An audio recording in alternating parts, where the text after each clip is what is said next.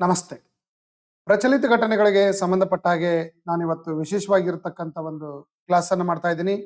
November 2025ರಲ್ಲಿ ನಡೆದಿರ್ತಕ್ಕಂಥ ರಾಜ್ಯ, ರಾಷ್ಟ್ರ ಮತ್ತು ಅಂತಾರಾಷ್ಟ್ರೀಯ ಮಟ್ಟದ ವಿಜ್ಞಾನ, ತಂತ್ರಜ್ಞಾನ, ಕ್ರೀಡೆ, ರಾಜಕೀಯ ಹಾಗೂ ಇತರೆ ಪ್ರಮುಖ ವಿಷಯಗಳು ಏನ್ ನಡೆದಿದ್ದಾವೆ ಅದರ ಸಂಪೂರ್ಣ ಮಾಹಿತಿಯನ್ನು ನಾನು ನಿಮ್ಮ ಜೊತೆಯಲ್ಲಿ ಚರ್ಚೆ ಮಾಡ್ತಾ ಇದ್ದೀನಿ. ನವೆಂಬರ್ ತಿಂಗಳ ಪ್ರಚಲಿತ ಘಟನೆಗಳು, ಇಲ್ಲಿ ಪ್ರಶ್ನೆ, ಅದರ ಆಯ್ಕೆಗಳು, MCQಗಳು ಮತ್ತು ಅದಕ್ಕೆ ಸಂಬಂಧಪಟ್ಟಿರ್ತಕ್ಕಂಥ ಡಿಟೇಲ್ ಇನ್ಫಾರ್ಮೇಶನ್ ಅನ್ನ ನಾನು ಡಿಸ್ಕಷನ್ ಮಾಡ್ತಾ ಇರೋದ್ರಿಂದ ಮುಂಬರ್ತಕ್ಕಂಥ KS, PSI, PC, FDA, SDA ಹಾಗೂ ರೈಲ್ವೆ, NTPC, ಎಲ್ಲ ಬ್ಯಾಂಕ್ ಎಕ್ಸಾಮ್ಗಳು ಮತ್ತು ಇತರೆ ಕೇಂದ್ರ ಮತ್ತು ರಾಜ್ಯ ಸರ್ಕಾರದ ಎಲ್ಲ ಸ್ಪರ್ಧಾತ್ಮಕ ಪರೀಕ್ಷೆಗಳಿಗೆ ಬಹಳಷ್ಟು ಯೂಸ್ಫುಲ್ ಆಗಿರ್ತಕ್ಕಂಥ ಒಂದು ಪ್ರಚಲಿತ ಘಟನೆಗಳು ಇವಾಗಿದ್ದಾವೆ. ಸೊ ಇಲ್ಲಿ ಕನ್ನಡ ಮತ್ತು ಇಂಗ್ಲಿಷ್ ಎರಡರಲ್ಲಿ ನಾನು ಕಂಟೆಂಟ್ ಅನ್ನು ಕೊಟ್ಟಿರೋದ್ರಿಂದ ಎರಡೂ ಮಾಧ್ಯಮದ ವಿದ್ಯಾರ್ಥಿಗಳಿಗೆ ಬಹಳಷ್ಟು ಹೆಲ್ಪ್ಫುಲ್ ಆಗಿದೆ ಅಂತ ನಾನು ಹೇಳಕ್ ಬಯಸ್ತಾ ಇದ್ದೀನಿ. ಇದು ನ್ಯಾಷನಲ್ ಲೆವೆಲ್ ಎಕ್ಸ್ಪರ್ಟ್ಗಳು ರೆಡಿ ಮಾಡಿರ್ತಕ್ಕಂಥ ಕಂಟೆಂಟ್ ಆಗಿರೋದ್ರಿಂದ ನಮ್ಮ ಕರ್ನಾಟಕದ ವಿದ್ಯಾರ್ಥಿಗಳಿಗೆ ಈ ಒಂದು ಗುಣಮಟ್ಟದ ಪ್ರಚಲಿತ ಘಟನೆಗಳನ್ನ ನಾನು ಪ್ರತಿ ವಾರ ಮತ್ತು ಪ್ರತಿ ತಿಂಗಳು ಅಪ್ಲೋಡ್ ಮಾಡ್ತಾ ಇರೋದ್ರಿಂದ ತಪ್ಪದೇ ಇದನ್ನ ನಾವೆಲ್ಲ ಫಾಲೋ ಮಾಡಿ ಮುಂಬರ್ತಕ್ಕಂಥ ನಿಮ್ಮ ಎಲ್ಲ ಪರೀಕ್ಷೆಗಳಿಗೆ ಇದನ್ನ ಬೆನಿಫಿಟ್ ಅನ್ನ ತಾವು ತೆಗೆದುಕೊಳ್ಳಿ. ಸೊ ನಾನು SB ಬಿರಾದಾರ್, ಗೌರವ ನಿರ್ದೇಶಕರು, creative study circle, banking academy, Vijayapura. So ಇಲ್ಲಿ ನಾನು ರೀಸನಿಂಗ್ ಬಗ್ಗೆ, ಮ್ಯಾಥ್ಸು, ಆಮೇಲೆ ಸ್ಟ್ಯಾಟಿಕ್ GK ಮತ್ತು ಪ್ರಚಲಿತ ಘಟನೆಗೆ ಸಂಬಂಧಪಟ್ಟ ಹಾಗೆ ಪ್ರತಿದಿನ 7:30ರಿಂದ 8:30ವರೆಗೆ ಯೂಟ್ಯೂಬ್ ಲೈವ್ ಕ್ಲಾಸ್ ಇರ್ತದೆ. ಲೈವ್ ಕ್ಲಾಸ್ಗೆ ಜಾಯ್ನ್ ಆಗಿ, ಹಾಗೂ ನಮ್ಮ ಪ್ರತ್ಯೇಕ ಮೊಬೈಲ್ ಆಪ್ ಅಲ್ಲಿ ರೆಕಾರ್ಡೆಡ್ ಕೋರ್ಸ್ಗಳು ಸಿಗ್ತವೆ, ಲೈವ್ ಕೋರ್ಸ್ಗಳು ಸಿಗ್ತವೆ. ಕೋರ್ಸ್ ಅನ್ನ ಪರ್ಚೇಸ್ ಮಾಡಿ. So creative study circle banking academy banking, SSC ಮತ್ತು ರೈಲ್ವೆ, PGCET ಪರೀಕ್ಷೆಗಳಿಗೆ ಸುವ್ಯವಸ್ಥಿತವಾಗಿರ್ತಕ್ಕಂಥ ತರಬೇತಿ ನೀಡುವ ಕರ್ನಾಟಕದ ಏಕೈಕ ಸಂಸ್ಥೆಯಾಗಿದ್ದು ಪ್ರತಿ ತಿಂಗಳ 5th and 25th ಬ್ಯಾಚ್ಗಳಲ್ಲಿ ಸ್ಟಾರ್ಟ್ ಆಗ್ತಾ ಇದಾವೆ. ಸಬ್ಜೆಕ್ಟ್ ವೈಸ್ ಎಕ್ಸ್ಪೀರಿಯನ್ಸ್ ಫ್ಯಾಕಲ್ಟಿಗಳಿದ್ದಾರೆ. ಅಡ್ಡಾ 247 ನೊಂದಿಗೆ ಕಂಟೆಂಟ್ ಪಾರ್ಟ್ನರ್ ಆಗಿದ್ದೇವೆ. ವಿಡಿಯೋ ಕ್ಲಾಸಸ್ಗಳಿದ್ದಾವೆ, library, online exam, lab, online offline test, hostel facility ಹಾಗೂ ಮೊಬೈಲ್ ಅಪ್ಲಿಕೇಶನ್ ಮೂಲಕ ನೀವು ಆನ್ಲೈನ್ ಅಂಡ್ ಆಫ್ಲೈನ್ ತರಬೇತಿಯನ್ನು ತಾವು ಪಡಿಬಹುದು. ಕೇಂದ್ರ ಸರ್ಕಾರದ ಯಾವುದೇ ನೇಮಕಾತಿಗೆ ನಮ್ಮಲ್ಲಿ ವ್ಯವಸ್ಥಿತವಾಗಿರತಕ್ಕಂಥ ತರಬೇತಿ ನಡೀತಾ ಇದೆ. ಈಗ ಹೊಸ batch SSC, GD, RRB, NTPC ಸಂಬಂಧಪಟ್ಟಾಗೆ ಡಿಸೆಂಬರ್ 20ರಿಂದ ಬ್ಯಾಚ್ ಸ್ಟಾರ್ಟ್ ಆಗಿದೆ. ಸೊ ಬ್ಯಾಂಕ್ PO ಕ್ಲರ್ಕ್ಗೆ ಸಂಬಂಧಪಟ್ಟಾಗೆ ಹೊಸ ಬ್ಯಾಚು ಡಿಸೆಂಬರ್ 25ರಿಂದ 6th ಬ್ಯಾಚು ನಮ್ದು ಸ್ಟಾರ್ಟ್ ಆಗ್ತಾ ಇದೆ. ಯಾರು ಜಾಯ್ನ್ ಆಗ್ತಕ್ಕಂಥ ವಿದ್ಯಾರ್ಥಿಗಳು ಜಾಯ್ನ್ ಆಗ್ಬೋದು. ಸರ್ಕಾರಿ ಪಾಲಿಟೆಕ್ನಿಕ್ ಕಾಲೇಜ್ ಎದುರಿಗೆ ಬಾಗಲಕೋಟ್ ರೋಡ್, ವಿಜಯಪುರ, ಇಲ್ಲಿ ಕೊಟ್ಟಿರುವಂತ ನಂಬರ್ಗೆ ಕಾಂಟ್ಯಾಕ್ಟ್ ಮಾಡಿ ನೀವು ಪ್ರವೇಶಾತಿಯನ್ನು ಪಡೆದು ಆಫ್ಲೈನ್ ಬ್ಯಾಚ್ಗೆ ಜಾಯ್ನ್ ಆಗ್ಬೋದು. ಇದು 3 ತಿಂಗಳ ಬ್ಯಾಚ್ ಇರುತ್ತೆ.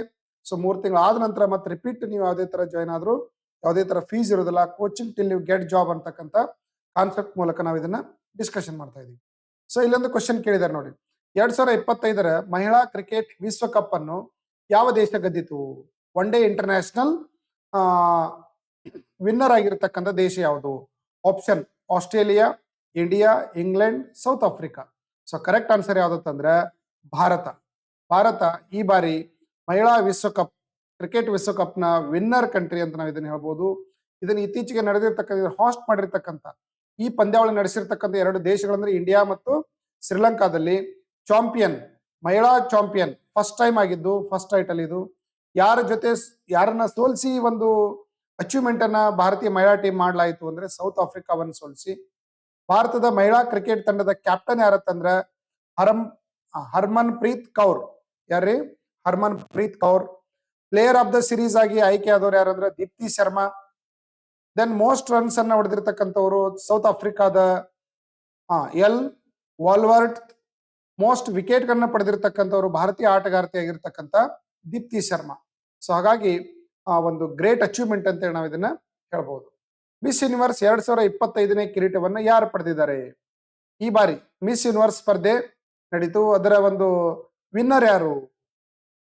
Emma Kowalski, Praveenar Singh, Fatima Bosch, Stephanie Abbas Ali.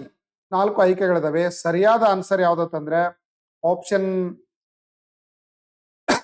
C, Fatima Bosch. Fatima Bosch ಅವರು ಈ ಬಾರಿ ರನ್ನರ್ ಅಪ್ 2025ರ ವಿಶ್ವಕಪ್ ಕಿರೀಟವನ್ನು ಪಡೆದಿರ್ತಕ್ಕಂಥವ್ರು ಅಂತ ಹೇಳ್ಬೋದು. 74ನೇ ಮಿಸ್ ಯೂನಿವರ್ಸ್ ಆ ಒಂದು ಇವೆಂಟ್ ನಡೆದಿದ್ದು. ಇದು ಎಷ್ಟನೇ ಬಾರಿ? ಇದು 74ನೇ ಬಾರಿ. ಎಲ್ಲಿ ನಡೀತು ಅಂದ್ರೆ ಥೈಲ್ಯಾಂಡ್ ಅಲ್ಲಿ ನಡೀತು. ಈ ಬಾರಿ ಮಿಸ್ ಯೂನಿವರ್ಸ್ ನಡೆದಿರ್ತಕ್ಕಂಥ ಥೀಮ್ ಏನಾಗಿತ್ತು ಅಂದ್ರೆ ದ ಪವರ್ ಆಫ್ ಲವ್. ನೋಡ್ರಿ, ಇವೆಲ್ಲ ಎಕ್ಸಾಮ್ಗಳಿಗೆ ಇಂಥ ಕ್ವಶನ್ಗಳನ್ನೇ ಕೇಳ್ತಾರೆ. ಇದರ ಥೀಮ್ ಏನಾಗಿತ್ತು ಅಂದ್ರೆ the power of love. Winner ಯಾರಂತಂದ್ರೆ ಫಾತಿಮಾ ಬೋಸ್, ಮೆಕ್ಸಿಕೋ ದೇಶವರು. ಈ ಬಾರಿ ವಿನ್ನರ್ ಆಗಿರ್ತಕ್ಕಂಥ ಯಾವ ದೇಶವರು? ಮೆಕ್ಸಿಕೋ ದೇಶವರು. ರನ್ನರ್ ಅಪ್ ಆಗಿರ್ತಕ್ಕಂಥವ್ರು ಪ್ರವೀನಾರ್ ಸಿಂಗ್, ಥೈಲ್ಯಾಂಡ್ ದ ಪ್ರವೀನಾರ್ ಸಿಂಗ್ ಅವರು runner, first runner up. Second runner up ವೆನಿಜುವೆಲಾದ ಸ್ಟೆಫನಿ ಅಬಾಸಲಿ. ವೆನಿಜುವೆಲಾದ ಸ್ಟೆಫನಿ ಅಬಾಸಲಿ ಅವರು ಸೆಕೆಂಡ್ ರನ್ನರ್ ಅಪ್ ಆಗಿ, ಅಂದ್ರೆ ಥರ್ಡ್ ವಿನ್ನರ್ ಆಗಿ ಆಯ್ಕೆಯಾಗಿದ್ದಾರೆ ಅಂತ ಹೇಳಿ ಹೇಳ್ಬೋದು. ಭಾರತದ 53ನೇ ಮುಖ್ಯ ನ್ಯಾಯಾಧೀಶರಾಗಿ, ಸುಪ್ರೀಂ ಕೋರ್ಟಿನ ಮುಖ್ಯ ನ್ಯಾಯಾಧೀಶರಾಗಿ, ಚೀಫ್ ಜಸ್ಟಿಸ್ ಆಫ್ ಇಂಡಿಯಾ ಆಗಿ ಇತ್ತೀಚೆಗೆ ನೇಮಕ ಆಗಿರ್ತಕ್ಕಂಥವ್ರು ಯಾರು? ಆಯ್ಕೆ ಆದವರು ಯಾರು? Amit Kumar, U Lalit, Suryakant, Sanjiv Khanna. So correct answer ಯಾವ್ದು ಅಂತಂದ್ರೆ ಸೂರ್ಯಕಾಂತ್ ಅವರು. ಯಾರು? ಸೂರ್ಯಕಾಂತ್. ಜಸ್ಟಿಸ್ ಸೂರ್ಯಕಾಂತ್ ಅವರು ಈ ಬಾರಿ 53ನೇ ಮುಖ್ಯ ನ್ಯಾಯಾಧೀಶರಾಗಿ ಆಯ್ಕೆ ಆದ್ರು. ಸೊ 24 ನವೆಂಬರ್ 2025ರಿಂದ ಇವರು ಕಾರ್ಯನಿರ್ವಹಿಸ್ತಾ ಇದ್ದಾರೆ. ಇವರು ಯಾರನ್ನ ನಂತರ ಇವರು ಮುಖ್ಯ ನ್ಯಾಯಾಧೀಶರಾಗಿ ನೇಮಕ ಆದ್ರು ಅಂತಂದ್ರೆ BR ಗವಾಯಿ ಅವ್ರ ನಂತರ. ಯಾರ ನಂತರ? BR ಗವಾಯಿ ಆದ ನಂತರ ಇವರು ಸುಪ್ರೀಂ ಕೋರ್ಟಿನ ಮುಖ್ಯ ನ್ಯಾಯಾಧೀಶರಾಗಿ ಆಯ್ಕೆಯಾಗಿದ್ದಾರೆ. ಸುಪ್ರೀಂ ಕೋರ್ಟ್ ನ್ಯಾಯಾಧೀಶರನ್ನ ಯಾವಾಗಲೂ ಭಾರತ ರಾಷ್ಟ್ರಪತಿಗಳು ನೇಮಕ ಮಾಡ್ತಾರೆ. ಇವರ ಒಂದು ನೇಮಕಾತಿ ಬಗ್ಗೆ ಹೇಳುವ ವಿಧಿ ಯಾವ್ದು ಅಂತಂದ್ರೆ ಸಂವಿಧಾನದ 124ನೇ ವಿಧಿ. ಇವರ ಅಧಿಕಾರಾವಧಿ 65 ವರ್ಷ. ಸುಪ್ರೀಂ ಕೋರ್ಟ್ ನ್ಯಾಯಾಧೀಶರ ಅಧಿಕಾರಾವಧಿ 65 ವರ್ಷ ವಯಸ್ಸು. ರಾಜ್ಯ ಹೈಕೋರ್ಟ್ಗಳ ನ್ಯಾಯಾಧೀಶರ ಒಂದು ನಿವೃತ್ತಿ ವಯಸ್ಸು 62 ವರ್ಷ.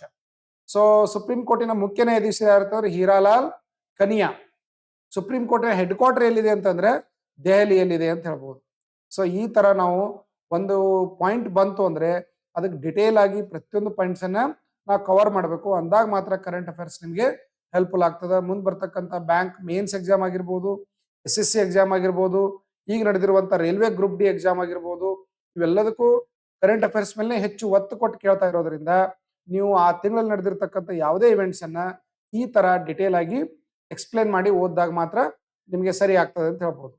2025ನೇ ಬೂಕರ್ ಪ್ರಶಸ್ತಿಯನ್ನ ಗೆದ್ದಿರ್ತಕ್ಕಂಥ ಅವರು ಯಾರು? ನೋಡ್ರಿ, ಬೂಕರ್ ಪ್ರಶಸ್ತಿ ಇಂಗ್ಲಿಷ್ ಸಾಹಿತ್ಯಕ್ಕೆ ನೀಡತಕ್ಕಂಥ ಒಂದು ಪ್ರಶಸ್ತಿ ಇದು. ಸಮಂತಾ ಹಾರ್ವೆ, ಡೇವಿಡ್ ಸ್ಲೆಜೆ,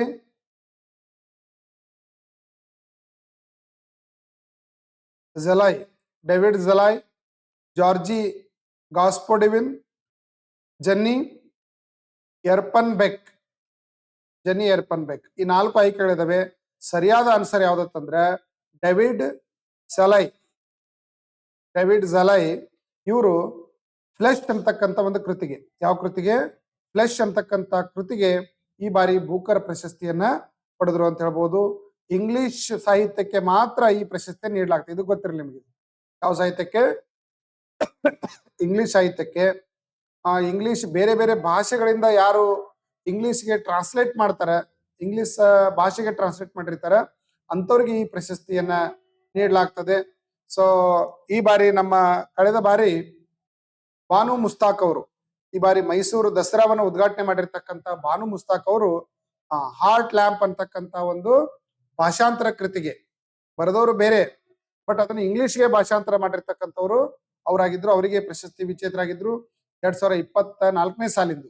2025ನೇ ಸಾಲಿನ ಒಂದು ಪ್ರಶಸ್ತಿಯನ್ನ ಹಂಗೇರಿಯನ್ ಬ್ರಿಟಿಷ್ ಪ್ರಜೆ ಆಗಿರ್ತಕ್ಕಂಥ ಡೇವಿಡ್ ಝಲೈ ಅವರಿಗೆ ಈ ಪ್ರಶಸ್ತಿ ನೀಡಲಾಗಿದೆ. ಇವರ ಕೃತಿ ಯಾವ್ದಂದ್ರೆ flesh.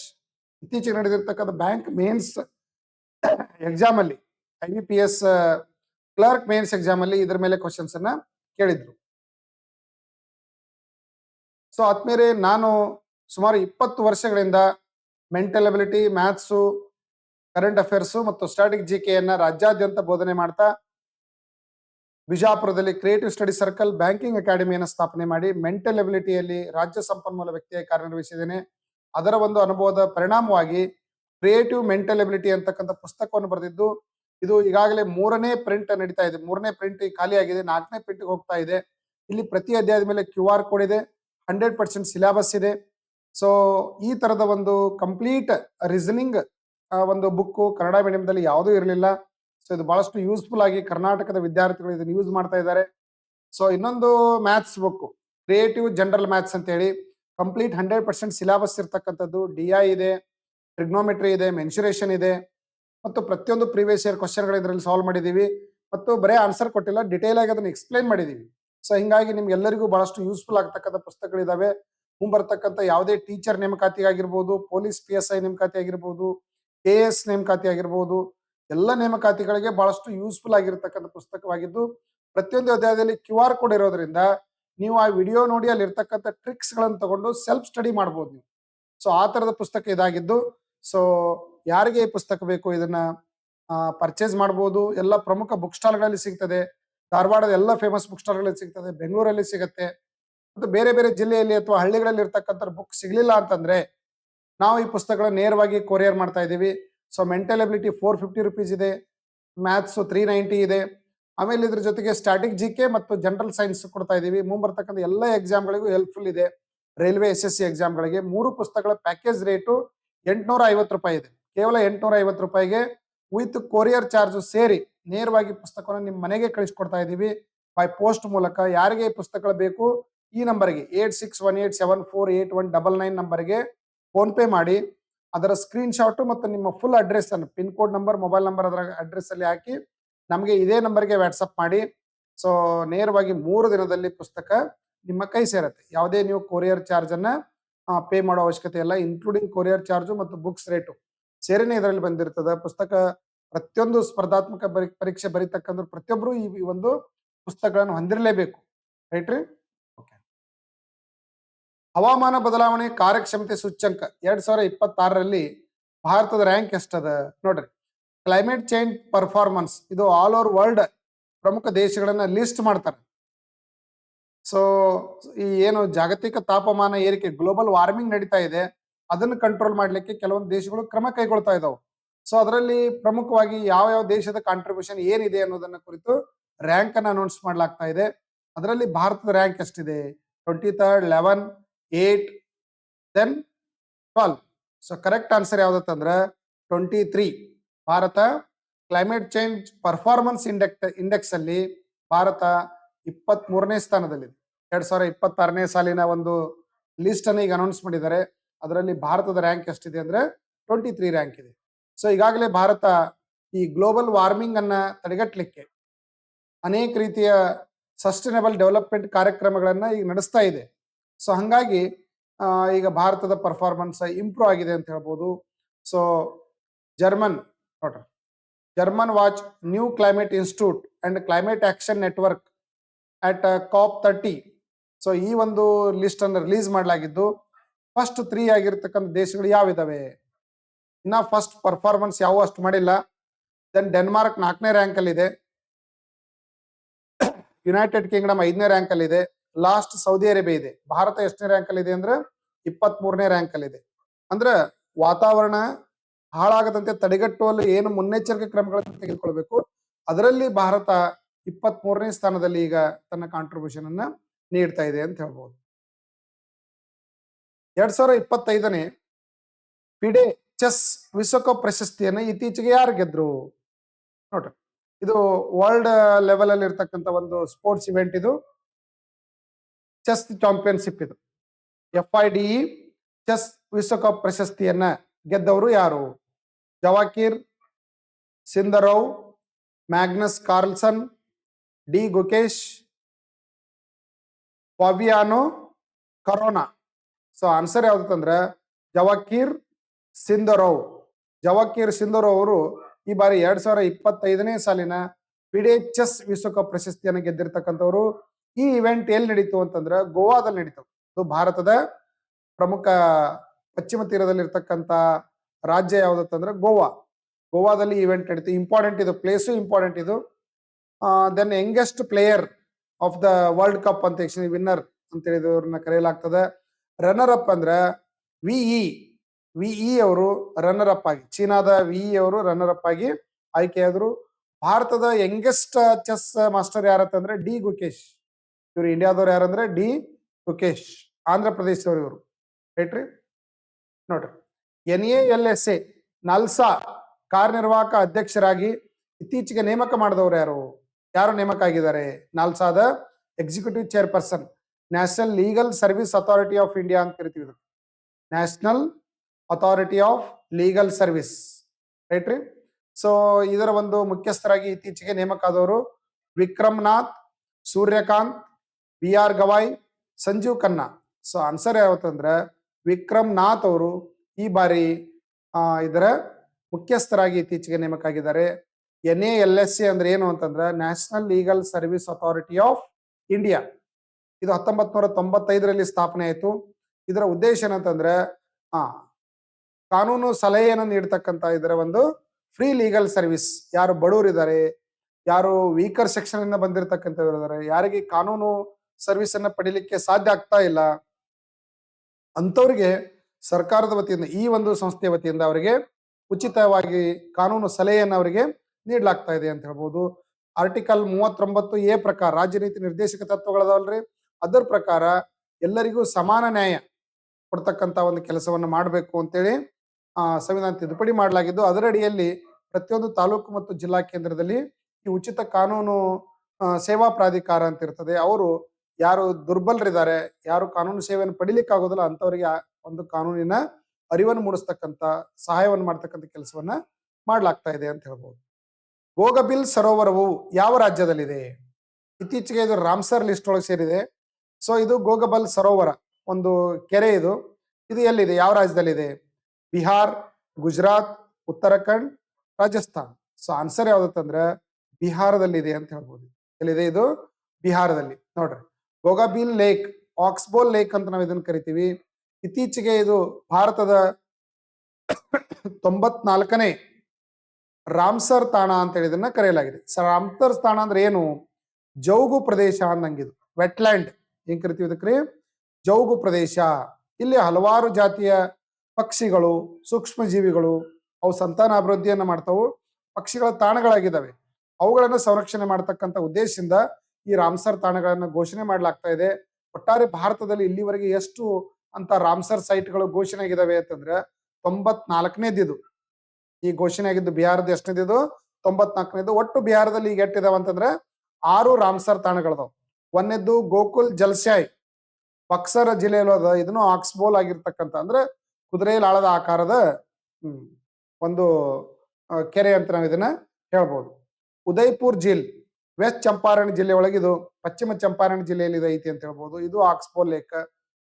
Kanwar lake Begusarai district ಅಲ್ಲಿ ಐತಿ. ಇದು ನಗಿ ಬರ್ಡ್ ಸೆಂಚುರಿ ಜುಮೈ ಡಿಸ್ಟಿಕ್ ಅಲ್ಲಿ ಐತಿ. ನಕ್ತಿ ಬರ್ಡ್ ಸೆಂಚುರಿ ಜುಮೈ ಡಿಸ್ಟಿಕ್ ಅಲ್ಲಿ ಐತಿ. ಇವು ಇಲ್ಲಿವರೆಗೆ ಮೊದಲು 5 ಇದ್ದು, ಈಗ 6ನೇದಾಗಿ ಇದು ಗೋಗಾಬಿಲ್ ಲೇಕ್ ಸೇರ್ಲಾಗಿದ್ದು. ಇದು 6ನೇ ರಾಮ್ಸರ್ ತಾಣ ಬಿಹಾರದ್ದು, ಭಾರತದ 94ನೇ ರಾಮ್ಸರ್ ತಾಣ ಅಂತ ಹೇಳ್ಬೋದು. ಇದೇ ಪ್ರಶ್ನೆ ನಿಮಗೆ ಎಕ್ಸಾಮ್ಗೆ ಕೇಳುವಂತ ಸಾಧ್ಯತೆ ಇರ್ತದೆ. ರಾಮ್ಸರ್ ತಾಣ ಅಂದ್ರೆ ಏನು ನೋಡ್ರಿ. ವಿಶ್ವದಲ್ಲಿರ್ತಕ್ಕಂಥ ಹಲವಾರು ದೇಶಗಳು ಇರಾನ್ ದೇಶದ ರಾಮ್ಸರ್ ಎಂಬಲ್ಲಿ ಇಂಥ ಒಂದು ಜೌಗು ಪ್ರದೇಶದ ಸಂರಕ್ಷಣೆಗಾಗಿ ಒಂದು ಮೀಟಿಂಗ್ ಮಾಡ್ತಾರೆ. ಈ ಜೌಗು ಪ್ರದೇಶ ಹಲವಾರು ಪ್ರಾಣಿ ಪಕ್ಷಿಗಳು ಹಾಗೂ ಸೂಕ್ಷ್ಮ ಜೀವಿಗಳ ಆವಾಸ ಸ್ಥಾನಗಳದಾವು.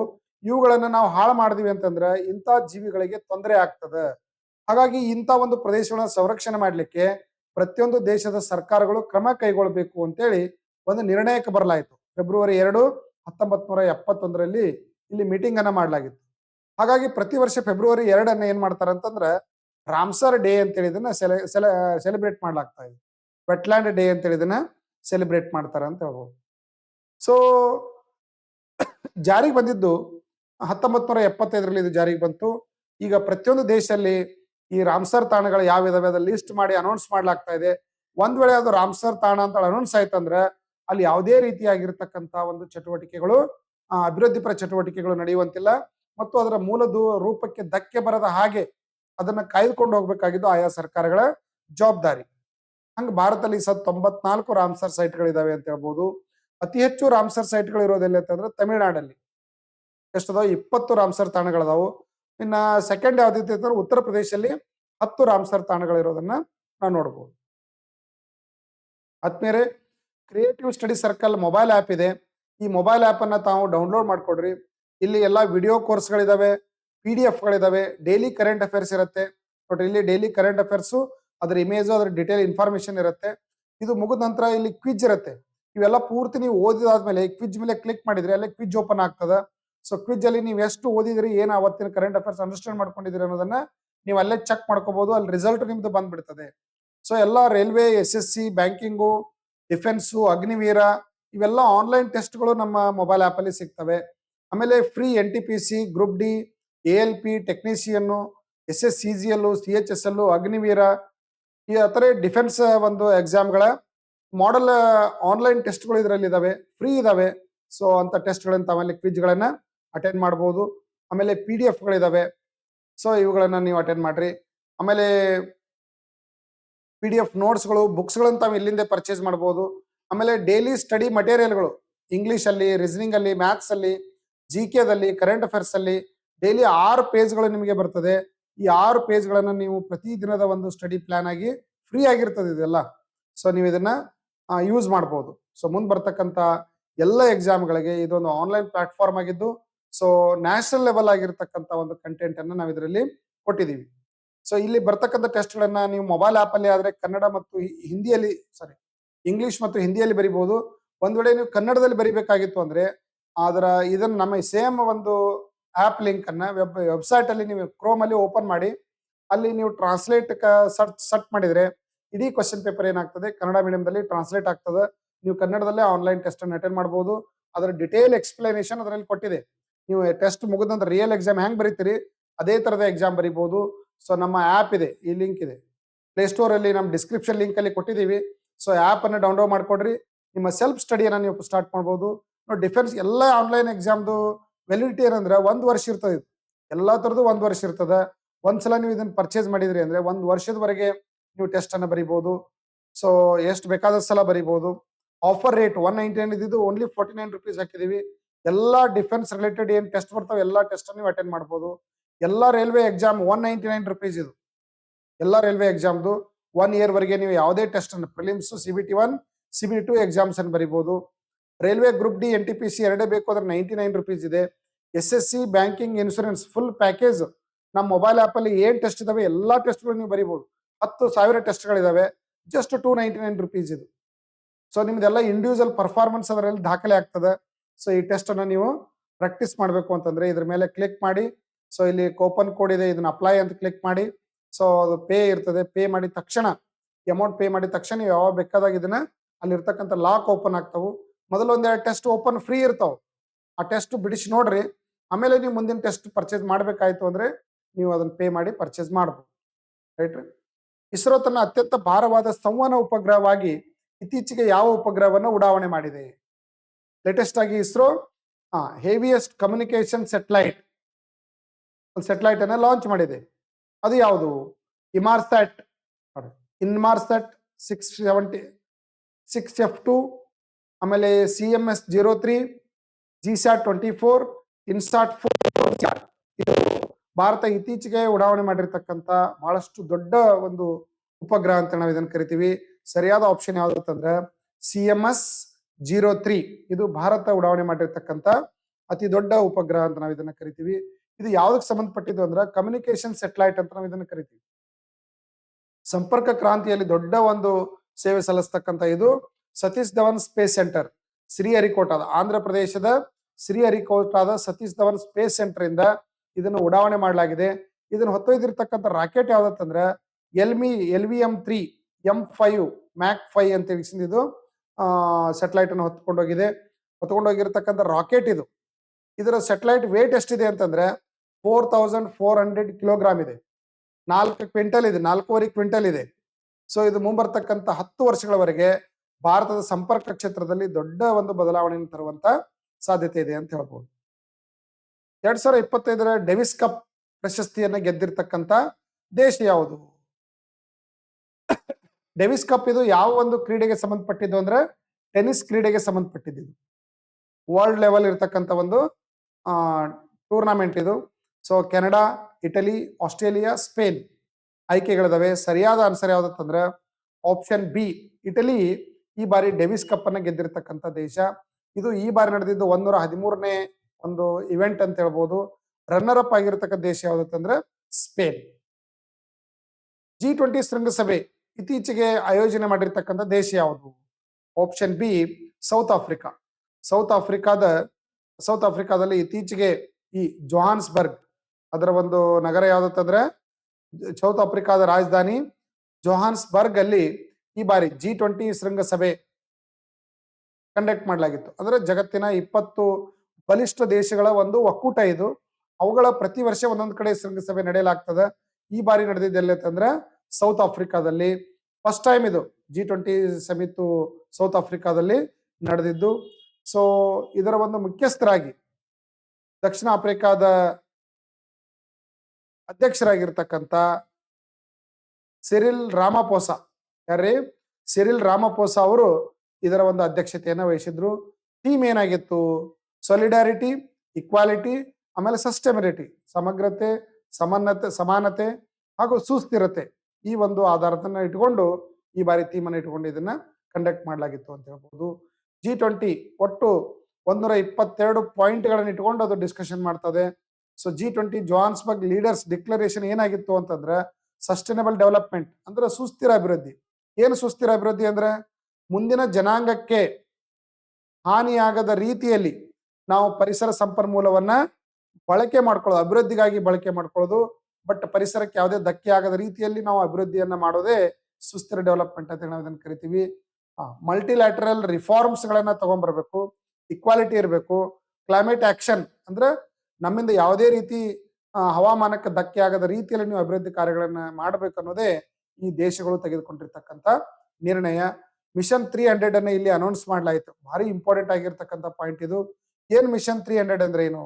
To provide electricity access to 3000 million sub Saharan Africa people by 2030. 2030 ಅನ್ನೋದ್ರೊಳಗಾಗಿ ಆಫ್ರಿಕಾದ ಸುಮಾರು 300 ಮಿಲಿಯನ್ ಜನರಿಗೆ ಒಂದು ವಿದ್ಯುತ್ ಒಂದು ಸೌಲಭ್ಯವನ್ನ ಕೊಡ್ತಕ್ಕಂಥ ಒಂದು ನಿರ್ಣಯಕ್ಕೆ ಇದಕ್ಕೆ ಬರಲಾಯಿತು. ಯಾಕಂದ್ರೆ ಆಫ್ರಿಕಾದ ಬಹಳಷ್ಟು ದೇಶಗಳು ಬಹಳಷ್ಟು ಬಡತನದಿಂದ ಕೂಡಿರ್ತಕ್ಕಂಥ ದೇಶಗಳು, ಯಾವುದೇ ರೀತಿ ಮೂಲಭೂತ ಸೌಕರ್ಯಗಳಿಲ್ಲ. ಅಂತ ದೇಶಗಳಿಗೆ ಸಹಾಯ ಮಾಡಲಿಕ್ಕೆ world bank, African development bank ಅಂತೇಳಿ ಒಂದು ಬ್ಯಾಂಕ್ ಅನ್ನ ಸ್ಥಾಪನೆ ಮಾಡಲಿಕ್ಕೆ ಇವು ಜಾಗತಿಕ ಈ ಶ್ರೀಮಂತ ದೇಶಗಳ ಒಂದು ಸಭೆಯಲ್ಲಿ ತೀರ್ಮಾನ ತೆಗೆದುಕೊಳ್ಳಾಯಿತು. ಕ್ರಿಟಿಕಲ್ ಮಿನರಲ್ ಫ್ರೇಮ್ ವರ್ಕ್ ನೋಡ್ರಿ, ಈಗ ಬಹಳಷ್ಟು ಕ್ರಿಟಿಕಲ್ ಮಿನರಲ್ ಬಗ್ಗೆ ಚರ್ಚೆ ನಡೀತಾ ಇದೆ. ಫಾಸಲ್ ಮಿನರಲ್ಸ್ ಅಂತ ಹೇಳಿ ನಾವು ಇದನ್ನು ಕರಿತೀವಿ. ಸೊ ಈ ಒಂದು ಮಿನರಲ್ಸ್ಗಳು ಸಿಲಿಕಾನ್ ಆಗಿರ್ಬೋದು, ಸಿಲಿಕಾ ಆಗಿರ್ಬೋದು, ರೈಟ್ ರೀ. ಈಗ ನಾವು ಬ್ಯಾಟ್ರಿ ಯೂಸ್ ಮಾಡ್ತಾ ಇದೀವಿ, ಅವೆಲ್ಲ ಮಿನರಲ್ಸ್ಗಳು ಜಗತ್ತಿನ ಕೆಲವು ದೇಶಗಳಲ್ಲಿ ಸಿಗ್ತಾವೆ. ಅದು ವಿಶೇಷವಾಗಿ ಆಫ್ರಿಕಾ ದೇಶಗಳಲ್ಲಿ ಸಿಗ್ತದೆ. ಬಹಳಷ್ಟು ಕೊರತೆ ಇದೆ. ಬಟ್ ಇವತ್ತಿನ ಒಂದು ಟೆಕ್ನಾಲಜಿಗೆ ಬಹಳಷ್ಟು ಬೇಕಾಗಿರ್ತಕ್ಕಂಥ ಮಿನರಲ್ಸ್ ಅವು, ಖನಿಜಗಳು. ಅಂತ ಖನಿಜಗಳಿಗೆ ಏನ್ ಕರಿತೀವಿ ಅಂದ್ರೆ ಕ್ರಿಟಿಕಲ್ ಮಿನರಲ್ಸ್ ಅಂತ ಕರಿತೀವಿ. ಅವು ಮತ್ತೆ ಜನರೇಟ್ ಮಾಡಕ್ ಬರೋದಿಲ್ಲ ಅಂತ ಮಿನರಲ್ಸ್ ಗಳನ್ನ. ಒಮ್ಮೆ ಯೂಸ್ ಮಾಡಿದ್ವಿ ಅಂದ್ರೆ ಅದು ಹಾಳಾಗಿ ಹೋಗ್ಬಿಡ್ತದೆ. ಬಟ್ ಜಗತ್ತಿನೊಳಗೆ ಸ್ವಲ್ಪ ಪ್ರಮಾಣದಲ್ಲಿ ಅದು ಸಿಗ್ತದೆ.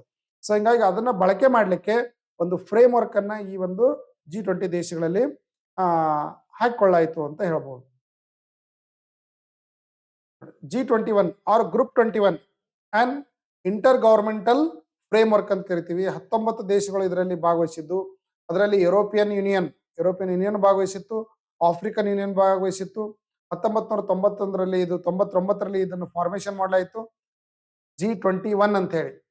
ಭಾರತ 1999ರಿಂದ ಇದರ ಒಂದು ಸಂಸ್ಥಾಪಕ ಸದಸ್ಯ ದೇಶವಾಗಿ ಕಾರ್ಯನಿರ್ವಹಿಸ್ತಾ ಇದೆ. 2024ರಲ್ಲಿ ಇದರ ಸಮಾವೇಶ ನಡೆದಿದೆ ಅಂದ್ರೆ ಬ್ರೆಜಿಲ್ ಅಲ್ಲಿ. 2026ರಲ್ಲಿ ನಡೀತಾ ಇದೆ ಅಂತಂದ್ರೆ ಯುನೈಟೆಡ್ ಸ್ಟೇಟ್ಸ್ ಆಫ್ ಅಮೆರಿಕಾದಲ್ಲಿ ಇದು ನಡೀತಾ ಇದೆ. G20 ಕಂಟ್ರಿಗಳಲ್ಲಿ ಏನಾಗಿದೆ ಅಂದ್ರೆ ಯುರೋಪಿಯನ್ ಯೂನಿಯನ್ ಮತ್ತು ಆಫ್ರಿಕನ್ ಯೂನಿಯನ್ ಇಲ್ಲ ಅದ್ರೊಳಗೆ, ರೈಟ್ ರೀ. ಕೆಲವು ದೇಶಗಳಲ್ಲಿ ಅದಾವು. ಸೊ 85% ಆಫ್ ಗ್ಲೋಬಲ್ GDPಗೆ ಈ ದೇಶಗಳು ಕಾಂಟ್ರಿಬ್ಯೂಷನ್ ನೀಡ್ತವೆ. ಸೊ ಜಗತ್ತಿನ 75% ಮಾರ್ಕೆಟ್ ಏನಾಗಿದೆ ಅಂದ್ರೆ ಇದೇ ದೇಶಗಳಲ್ಲಿ ನಡೀತದೆ ಬಿಸ್ನೆಸ್. 56% ವರ್ಲ್ಡ್ ಪಾಪ್ಯುಲೇಷನ್ ಈ G21 ದೇಶಗಳಲ್ಲಿ ಇದೆ.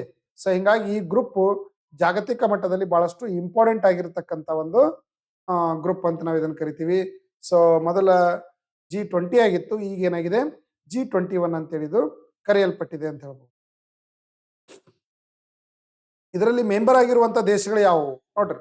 ಇಲ್ಲಿ ತನ 20 ದೇಶಗಳು ಇದರಲ್ಲಿದ್ದು G20 ಅಂತ ಕರೆಯಲಾಗ್ತಾ ಇತ್ತು. ಈಗ ನಾಳೆ ನಿಮಗೆ ಕ್ವಶನ್ ಬರ್ಬೋದು, 21ನೇದು ಯಾವ್ದು ಇದು ಸೇರಿದ್ದು ಅಂತ ಕೇಳ್ಬೋದು, ರೈಟ್ ರೀ. 21ನೇದೇ ಯಾವ್ದಪ್ಪ ಅಂದ್ರೆ ಆಫ್ರಿಕನ್ ಯೂನಿಯನ್. ನೋಡ್ರಿ, ಸೌತ್ ಆಫ್ರಿಕಾ ಮೊದಲೇ ಇತ್ತು, ಬಟ್ ಆಫ್ರಿಕನ್ ಯೂನಿಯನ್ ಏನಿದು ಆಫ್ರಿಕಾದ 54 ದೇಶಗಳ ಒಂದು ಒಕ್ಕೂಟ ಇದು. ಅದು ಇದ್ರೊಳಗೆ ಸೇರಿದ್ದಿಲ್ಲ. ಈ ಬಾರಿ ಏನಾಯ್ತಂದ್ರೆ ಇದನ್ನು ಇದರಲ್ಲಿ ಸೇರ್ಲಾಯ್ತು ಅಂತ ಹೇಳ್ಬೋದು. ನಿಮ್ಗೆ ಕ್ವಶನ್ ಇದು ಬರ್ಬೋದು, ಈ G20ಯಲ್ಲಿ ಹೊಸದಾಗಿ ಸೇರಿದ ಸದಸ್ಯ ದೇಶ ಯಾವುದು ಅಂತ ಕೇಳಿದ್ರೆ ಅಂದ್ರೆ ಇದು ಯೂನಿಯನ್, ಇದು ಒಂದೇ ಪರ್ಟಿಕ್ಯುಲರ್ ದೇಶ ಅಲ್ಲ, ಎಲ್ಲ ಆಫ್ರಿಕಾದ ಸಣ್ಣ ಸಣ್ಣ ದೇಶಗಳ ಒಂದು ಒಕ್ಕೂಟ ಇದು, ರೈಟ್ ರೀ. ಇದರ ಮೆಂಬರ್ ಕಂಟ್ರಿಗಳು ಯಾವಿದಾವೆ? ಜರ್ಮನಿ ಇದೆ, USA ಇದೆ, ರಷ್ಯಾ ಇದೆ. ಜಗತ್ತಿನ ಎಲ್ಲ ಇಂಪಾರ್ಟೆಂಟ್ ಕಂಟ್ರಿಗಳು ಇದರ ಮೆಂಬರ್ಗಳಿದಾವೆ. UK ಇದೆ, ಜಪಾನ್ ಇದೆ, ಇಂಡಿಯಾ ಇದೆ, ಸೌದಿ ಅರೇಬಿಯಾ ಇದೆ, ಇಂಡೋನೇಷಿಯಾ, ತುರ್ಕಿ, ಆಸ್ಟ್ರೇಲಿಯಾ, ಅರ್ಜೆಂಟೈನಾ, ಬ್ರೆಜಿಲ್ ಇದೆ, ಸೌತ್ ಆಫ್ರಿಕಾ ಇದೆ, ಕೆನಡಾ ಇದೆ, ಫ್ರಾನ್ಸ್ ಇದೆ, ಚೀನಾ ಇದೆ, ಇಟಲಿ ಇದೆ, ಮೆಕ್ಸಿಕೋ ಇದೆ. ಯುರೋಪಿಯನ್ ಯೂನಿಯನ್ 20ನೇದ್ದು ಯಾವ್ದಪ್ಪ ಅಂದ್ರೆ ಯುರೋಪಿಯನ್ ಯೂನಿಯನ್, 21ನೇದು ಯಾವ್ದಂದ್ರೆ ಆಫ್ರಿಕನ್ ಯೂನಿಯನ್. ಇದು 21 ಇದರಲ್ಲಿ ಇದೆ ಅಂತ ಹೇಳ್ಬೋದು. ಭಾರತದ ಹ್ಯಾಮರ್ ಶಸ್ತ್ರಾಸ್ತ್ರಗಳನ್ನು ತಯಾರಿಸಲು ಸಫ್ರಾನ್ ಒಂದಿಗೆ ಒಂದು ಜಂಟಿ ಒಪ್ಪಂದಕ್ಕೆ ಸಹಿ ಹಾಕಿದ ಭಾರತೀಯ ರಕ್ಷಣಾ ಒಂದು ಸಂಸ್ಥೆ ಯಾವುದು? ಒಂದು ಸಾರ್ವಜನಿಕ ವಲಯದ ಉದ್ಯಮ ಇದು, PSU, ಪಬ್ಲಿಕ್ ಸೆಕ್ಟರ್ ಯೂನಿಟ್. ಸರ್ಕಾರದ ಒಡೆತನದಲ್ಲಿ ಇರ್ತಕ್ಕಂಥ ಒಂದು ಸಂಸ್ಥೆ ಹ್ಯಾಮರ್ ಶಸ್ತ್ರಾಸ್ತ್ರಗಳನ್ನು ತಯಾರು ಮಾಡಲಿಕ್ಕೆ ಇತ್ತೀಚೆಗೆ ಸಫ್ರಾನ್ ಅಂತಕ್ಕಂಥ ಒಂದು ಕಂಪನಿ ಜೊತೆ ಒಪ್ಪಂದ ಮಾಡಿಕೊಂಡಿದೆ. ಆ ಒಂದು ಭಾರತೀಯ ಸಂಸ್ಥೆ ಯಾವುದು? BEML, BEL, HAL, DRDO. So answer ಯಾವ್ದಂದ್ರೆ BEL, ಭಾರತ್ ಎಲೆಕ್ಟ್ರಿಕ್ ಲಿಮಿಟೆಡ್ ಈ ಸಂಸ್ಥೆ, ಮತ್ತು ಸೆಫ್ರಾನ್ ಯಾವ್ದ್ರಿ? ಸೆಫ್ರಾನ್, ಫ್ರಾನ್ಸಿನ ಸೆಫ್ರಾನ್ ಎಲೆಕ್ಟ್ರಾನಿಕ್ಸ್ ಅಂತಕ್ಕಂಥ ಎಲೆಕ್ಟ್ರಾನಿಕ್ಸ್ ಅಂಡ್ ಡಿಫೆನ್ಸ್ ಈ ಸಂಸ್ಥೆಯೊಂದಿಗೆ ಸೇರಿ ಇಂಥ ಮಿಸೈಲ್ಗಳನ್ನ, ಯಾವುದು ಹ್ಯಾಮರ್ ಮಿಸೈಲ್ಗಳನ್ನ ಉತ್ಪಾದನೆ ಮಾಡಲಿಕ್ಕೆ ಎರಡೂ ದೇಶಗಳೇನಾಗಿದ್ದಾವೆ ಸಹಿ ಹಾಕಿದ್ದಾವೆ. ಅದು ಭಾರತದಲ್ಲೇ ಈ ಒಂದು ವೆಪನ್ಸ್ಗಳನ್ನ ಉತ್ಪಾದನೆ ಮಾಡಿ ವಿಮಾನದ ಮೂಲಕ ಏರ್ ಟು ಗ್ರೌಂಡ್, ನೋಡ್ರಿ ಇದೇನಿದೆ ಅಂದ್ರೆ ಏರ್ ಟು ಗ್ರೌಂಡ್ ವೆಪನ್ ಅಂತ ನಾವು ಇದನ್ನ ಕರಿತೀವಿ. ಆಕಾಶದಿಂದ ಭೂಮಿ ಮೇಲೆ ಟಾರ್ಗೆಟ್ ಅನ್ನು ಇಟ್ಟು ಹೊಡಿತಕ್ಕಂಥ ಒಂದು ಮಿಸೈಲ್ ಅಂತ ನಾವು ಇದನ್ನ ಕರಿಬಹುದು. ಯುನೈಟೆಡ್ ಸ್ಟೇಟ್ಸ್ ಯಾವ ದೇಶವನ್ನು ಪ್ರಮುಖ ನ್ಯಾಟೋ ಅಲ್ಲದ ಮಿತ್ರ ರಾಷ್ಟ್ರವೆಂದು ಗೊತ್ತುಪಡಿಸಿದೆ? ನೋಡ್ರಿ, ಅಮೆರಿಕ ತನ್ನದೇ ಆಗಿರತಕ್ಕಂಥ ಒಂದು ಮಿಲಿಟರಿ ಒಕ್ಕೂಟಕ್ಕೆ ಏನ್ ಕರೆದಿದೆ ಅಂದ್ರೆ ನ್ಯಾಟೋ ಅಂತ ಕರೆದಿದೆ. ಆದ್ರೆ ನ್ಯಾಟೋದಲ್ಲಿ ಇಲ್ಲದೆ ನ್ಯಾಟೋದ ಒಂದು ಫ್ರೆಂಡ್ ಅಂತೇಳಿ ಯಾವ ದೇಶವನ್ನ ಕರೆಯಲ್ಪಟ್ಟಿದೆ? Japan, Saudi Arabia, Brazil, Qatar. ಯಾವ್ದಿದೆ ಅಂತಂದ್ರೆ ಆಪ್ಷನ್ ಸೌದಿ ಅರೇಬಿಯಾ ನ್ಯಾಟೋದ ಸದಸ್ಯನಲ್ಲದಿದ್ದರೂ ನ್ಯಾಟೋದ ಒಂದು ಮಿತ್ರ ರಾಷ್ಟ್ರ ಅಂತೇಳಿ ಇದನ್ನ ಕರೆಯಲಾಗಿದೆ ಅಂತ ಹೇಳ್ಬೋದು. So major non NATO ally ಅಂತ ಕರಿತೀವಿ ಇದಕ್ಕೆ. ಸೊ ಇದನ್ನ ಅಮೆರಿಕಾದ ಒಂದು ಮೆಂಬರ್ ಕಂಟ್ರಿ, ಈ ಒಂದು ಮಿಲಿಟರಿ ಒಂದು ಅಲಯನ್ಸ್ ಇದು. ಆ ಮಿಲಿಟರಿ ಅಲಯನ್ಸ್ ಅಲ್ಲಿ ಲೇಟೆಸ್ಟ್ ಆಗಿ ಸೇರಿರ್ತಕ್ಕಂಥ ದೇಶ ಯಾವ್ದಂದ್ರೆ ಸೌದಿ ಅರೇಬಿಯಾ ಮತ್ತು ಕಿನಿಯಾ. 2024ರಲ್ಲಿ ಕಿನಿಯಾ ಅದರ ಸದಸ್ಯನಲ್ಲದ ಮೆಂಬರ್ ಅಂತ ಕರೆಯಲ್ಪಟ್ಟಿತ್ತು. 2025ರಲ್ಲಿ ಅನೌನ್ಸ್ ಆಗಿರ್ತಕ್ಕಂಥ ದೇಶ ಯಾವ್ದಂದ್ರೆ ಸೌದಿ ಅರೇಬಿಯಾ. ನ್ಯಾಟೋ ಅನ್ನೋದೇನಿದು 1949ರಲ್ಲಿ ಎರಡನೇ ಮಹಾಯುದ್ಧ ಆದ ನಂತರ ಅಮೆರಿಕಾದ ನೇತೃತ್ವದಲ್ಲಿ ಒಂದು ಮಿಲಿಟರಿ ಅಲಯನ್ಸ್ ರೆಡಿ ಆಯ್ತು. ಅದರ ಒಂದು ಹೆಸರೇ ಏನಪ್ಪಾ ಅಂದ್ರೆ ನಾರ್ತ್ ಅಟ್ಲಾಂಟಿಕ್ ಟ್ರೀಟ್ ಆರ್ಗನೈಸೇಷನ್ ಅಂತ ಹೇಳಿದು, ಒಂದು ನಾರ್ತ್ ಅಟ್ಲಾಂಟಿಕ್ ಟ್ರೀಟಿ ಆರ್ಗನೈಸೇಷನ್ ಅಂತೇಳಿ, ವರ್ಲ್ಡ್ ಲಾರ್ಜೆಸ್ಟ್ ಮಿಲಿಟರಿ ಅಲಯನ್ಸ್ ಅಂತ ನಾವು ಇದನ್ನು ಕರಿತೀವಿ. ಸೊ ಇದರ ಹೆಡ್ ಕ್ವಾರ್ಟರ್ ಬ್ರುಸೆಲ್ಸ್, ಬೆಲ್ಜಿಯಂನ ಬ್ರುಸೆಲ್ಸ್ ಅಲ್ಲಿ ಇದೆ. ಈಗ ಯಾರು ಈ ಸದಸ್ಯ ದೇಶಗಳ ಮೆಂಬರ್ ಆಗಿರ್ತಾರೆ ಅವ್ರ ಮೇಲೆ ಯಾವ್ದಾದ್ರು ಒಂದು ದೇಶ ಅಟ್ಯಾಕ್ ಮಾಡ್ತು ಅಂತಂದ್ರೆ ಅವಾಗ ಎಲ್ಲಾ ಸದಸ್ಯ ದೇಶಗಳು ಸೇರಿ ಅದನ್ನ ರಕ್ಷಣೆ ಮಾಡೋದೇ ಇದರ ಒಂದು ಉದ್ದೇಶ. ಹಿಂಗ ರಷ್ಯಾದ ನೇತೃತ್ವದೊಳಗೆ ಸೀಂಟೋ ಅಂತ ಒಂದಾಯ್ತು. ಬಟ್ ಮುಂದೆ ರಷ್ಯಾ ಒಕ್ಕೂಟ ಒಡೆಯಲ್ಪಡ್ತು. ಈಗ ಜಗತ್ತಿನಲ್ಲಿ ದೊಡ್ಡ ಮಿಲಿಟರಿ ಒಕ್ಕೂಟ ಯಾವ್ದಂದ್ರೆ ನ್ಯಾಟೋ. ಈಗ ರಷ್ಯಾ ಮತ್ತು ಯುಕ್ರೇನ್ ಯುದ್ಧ ನಡೆದಿದ್ದು ಇದೇ ನ್ಯಾಟೋ ಸಲಾಗಿನೇ. ಯುಕ್ರೇನ್ ರಷ್ಯಾದ ಪಕ್ಕದಲ್ಲಿ ಇರ್ತಕ್ಕಂಥ ದೇಶ, ಅದು ನ್ಯಾಟೋ ಜೊತೆ ಸೇರ್ತೀನಿ ಅಂದಾಗ ರಷ್ಯಾ ಇವ್ರ ಮೇಲೆ ಅಟ್ಯಾಕ್ ಮಾಡ್ತು. ಸೊ ಹಿಂಗಾಗಿ ಈ ನ್ಯಾಟೋದ ಒಂದು ಫ್ರೆಂಡ್ಶಿಪ್ ಪಡಿಲಿಕ್ಕೆ ಹೋಗಿ ಉಕ್ರೇನ್ ಇವತ್ತು ರಷ್ಯಾದೊಂದಿಗೆ ಯುದ್ಧ ಮಾಡ್ತಾ ಇರೋದನ್ನ ನಾವು ನೋಡ್ಬೋದು. ಲೇಟೆಸ್ಟ್ ಆಗಿ ನ್ಯಾಟೋದ ಸದಸ್ಯ ದೇಶ ಯಾವತ್ತಂದ್ರೆ ಸ್ವೀಡನ್. 2025-26 ಉದ್ಘಾಟನಾ ಭೂಶೃಂಗ ಸಭೆ ಯಾವ ನಗರದಲ್ಲಿ ಇತ್ತೀಚೆಗೆ ನಡೀತು? ಅರ್ತ್ ಸಮಿತ್ ಅಂತ ಕರಿತೀವಿ. 2025-26ನೇ ಸಾಲಿನ ಅರ್ತ್ ಸಮಿತ್ ಇತ್ತೀಚೆಗೆ ಎಲ್ಲಿ ನಡೀತು? ಮುಂಬೈ, ದೆಹಲಿ, ಚೆನ್ನೈ, ಹೈದರಾಬಾದ್. ಸೊ ಭಾರತದ ಹೈದರಾಬಾದ್ ನಗರದಲ್ಲಿ ಇತ್ತೀಚೆಗೆ ಭೂಶೃಂಗ ಸಭೆ ನವೆಂಬರ್ 20 ಮತ್ತು 21ರಂದು ನಡೀತು. ಇದು ಜಗತ್ತಿನಲ್ಲೇ ಮೊಟ್ಟ ಮೊದಲ ಭೂಶೃಂಗ ಸಭೆ ಅಂತ ನಾವು ಇದನ್ನ ಕರಿತೀವಿ. First edition of earth summit 2025-26. ಇದನ್ನ ಯಾರು ಆರ್ಗನೈಸ್ ಮಾಡಿದ್ರು? NABARD, national bank for agriculture and rural development ಈ ಒಂದು ಇವೆಂಟ್ ಅನ್ನ ಆರ್ಗನೈಸ್ ಮಾಡಲಾಗಿದ್ದು, internet and mobile association of India ಇವೆರಡು ಸಂಸ್ಥೆಗಳು ಜಂಟಿಯಾಗಿ ಇದನ್ನ ಅರ್ತ್ ಸಮಿತ್ ಅನ್ನ ಕಂಡಕ್ಟ್ ಮಾಡಿದ್ರು. ಥೀಮ್ ಏನಂತಂದ್ರ ಗ್ರಾಮೀಣ ಪ್ರದೇಶದ ಜನರಿಗೂ ಸಹ ಜಾಗತಿಕ ಮಟ್ಟದ ಸೇವೆಯನ್ನು ಕೊಡ್ಲಿಕ್ಕೆ ಏನು ತಾಂತ್ರಿಕತೆ ಬೇಕು ಆ ತಾಂತ್ರಿಕತೆಯನ್ನು ಡೆವಲಪ್ ಮಾಡೋದ್ರ ಬಗ್ಗೆ ಈ ಒಂದು ಅರ್ತ್ ಸಮಿಟ್ ಅನ್ನ ಕಂಡಕ್ಟ್ ಮಾಡಲಾಗಿತ್ತು. ಎಲ್ಲಿದು? ಹೈದರಾಬಾದ್ ಅಲ್ಲಿ. ಸೆಕೆಂಡ್ ಎಡಿಷನ್ ಎಲ್ಲಿ ನಡೀತಾ ಇದೆ? ಗಾಂಧಿನಗರದಲ್ಲಿ ನಡೆಯಲಿದೆ. ಥರ್ಡ್ ಎಡಿಷನ್ ಎಲ್ಲಿ ನಡೀತಾ ಇದೆ? ನ್ಯೂ ಡೆಲ್ಲಿಯಲ್ಲಿ ನಡೆಯಲಿದೆ.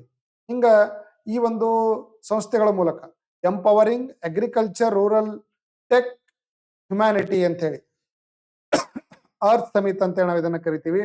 ಇದು ಗ್ರಾಮೀಣ ಪ್ರದೇಶದ ಜನರಿಗೆ ಹೊಸ ಒಂದು ಜಾಗತಿಕ ಸಂಶೋಧನೆಗಳ ಲಾಭ ಸಿಗುವಂತೆ ಒಂದು ಕಾರ್ಯಕ್ರಮವನ್ನು ಹಮ್ಮಿಕೊಳ್ತಕ್ಕಂಥ ಒಂದು ಶೃಂಗಸಭೆ ಅಂತ ನಾವು ಇದನ್ನ ಹೇಳ್ಬೋದು.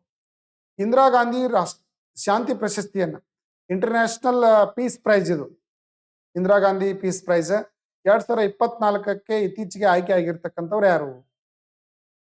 ಅಂಗ್ ಸಾನ್ ಸೂಕಿ, ಮಯನ್ಮಾರ್ದವ್ರು ಇವರು, first option. Second option Michael ಬ್ಯಾಚೆಲೆಟ್.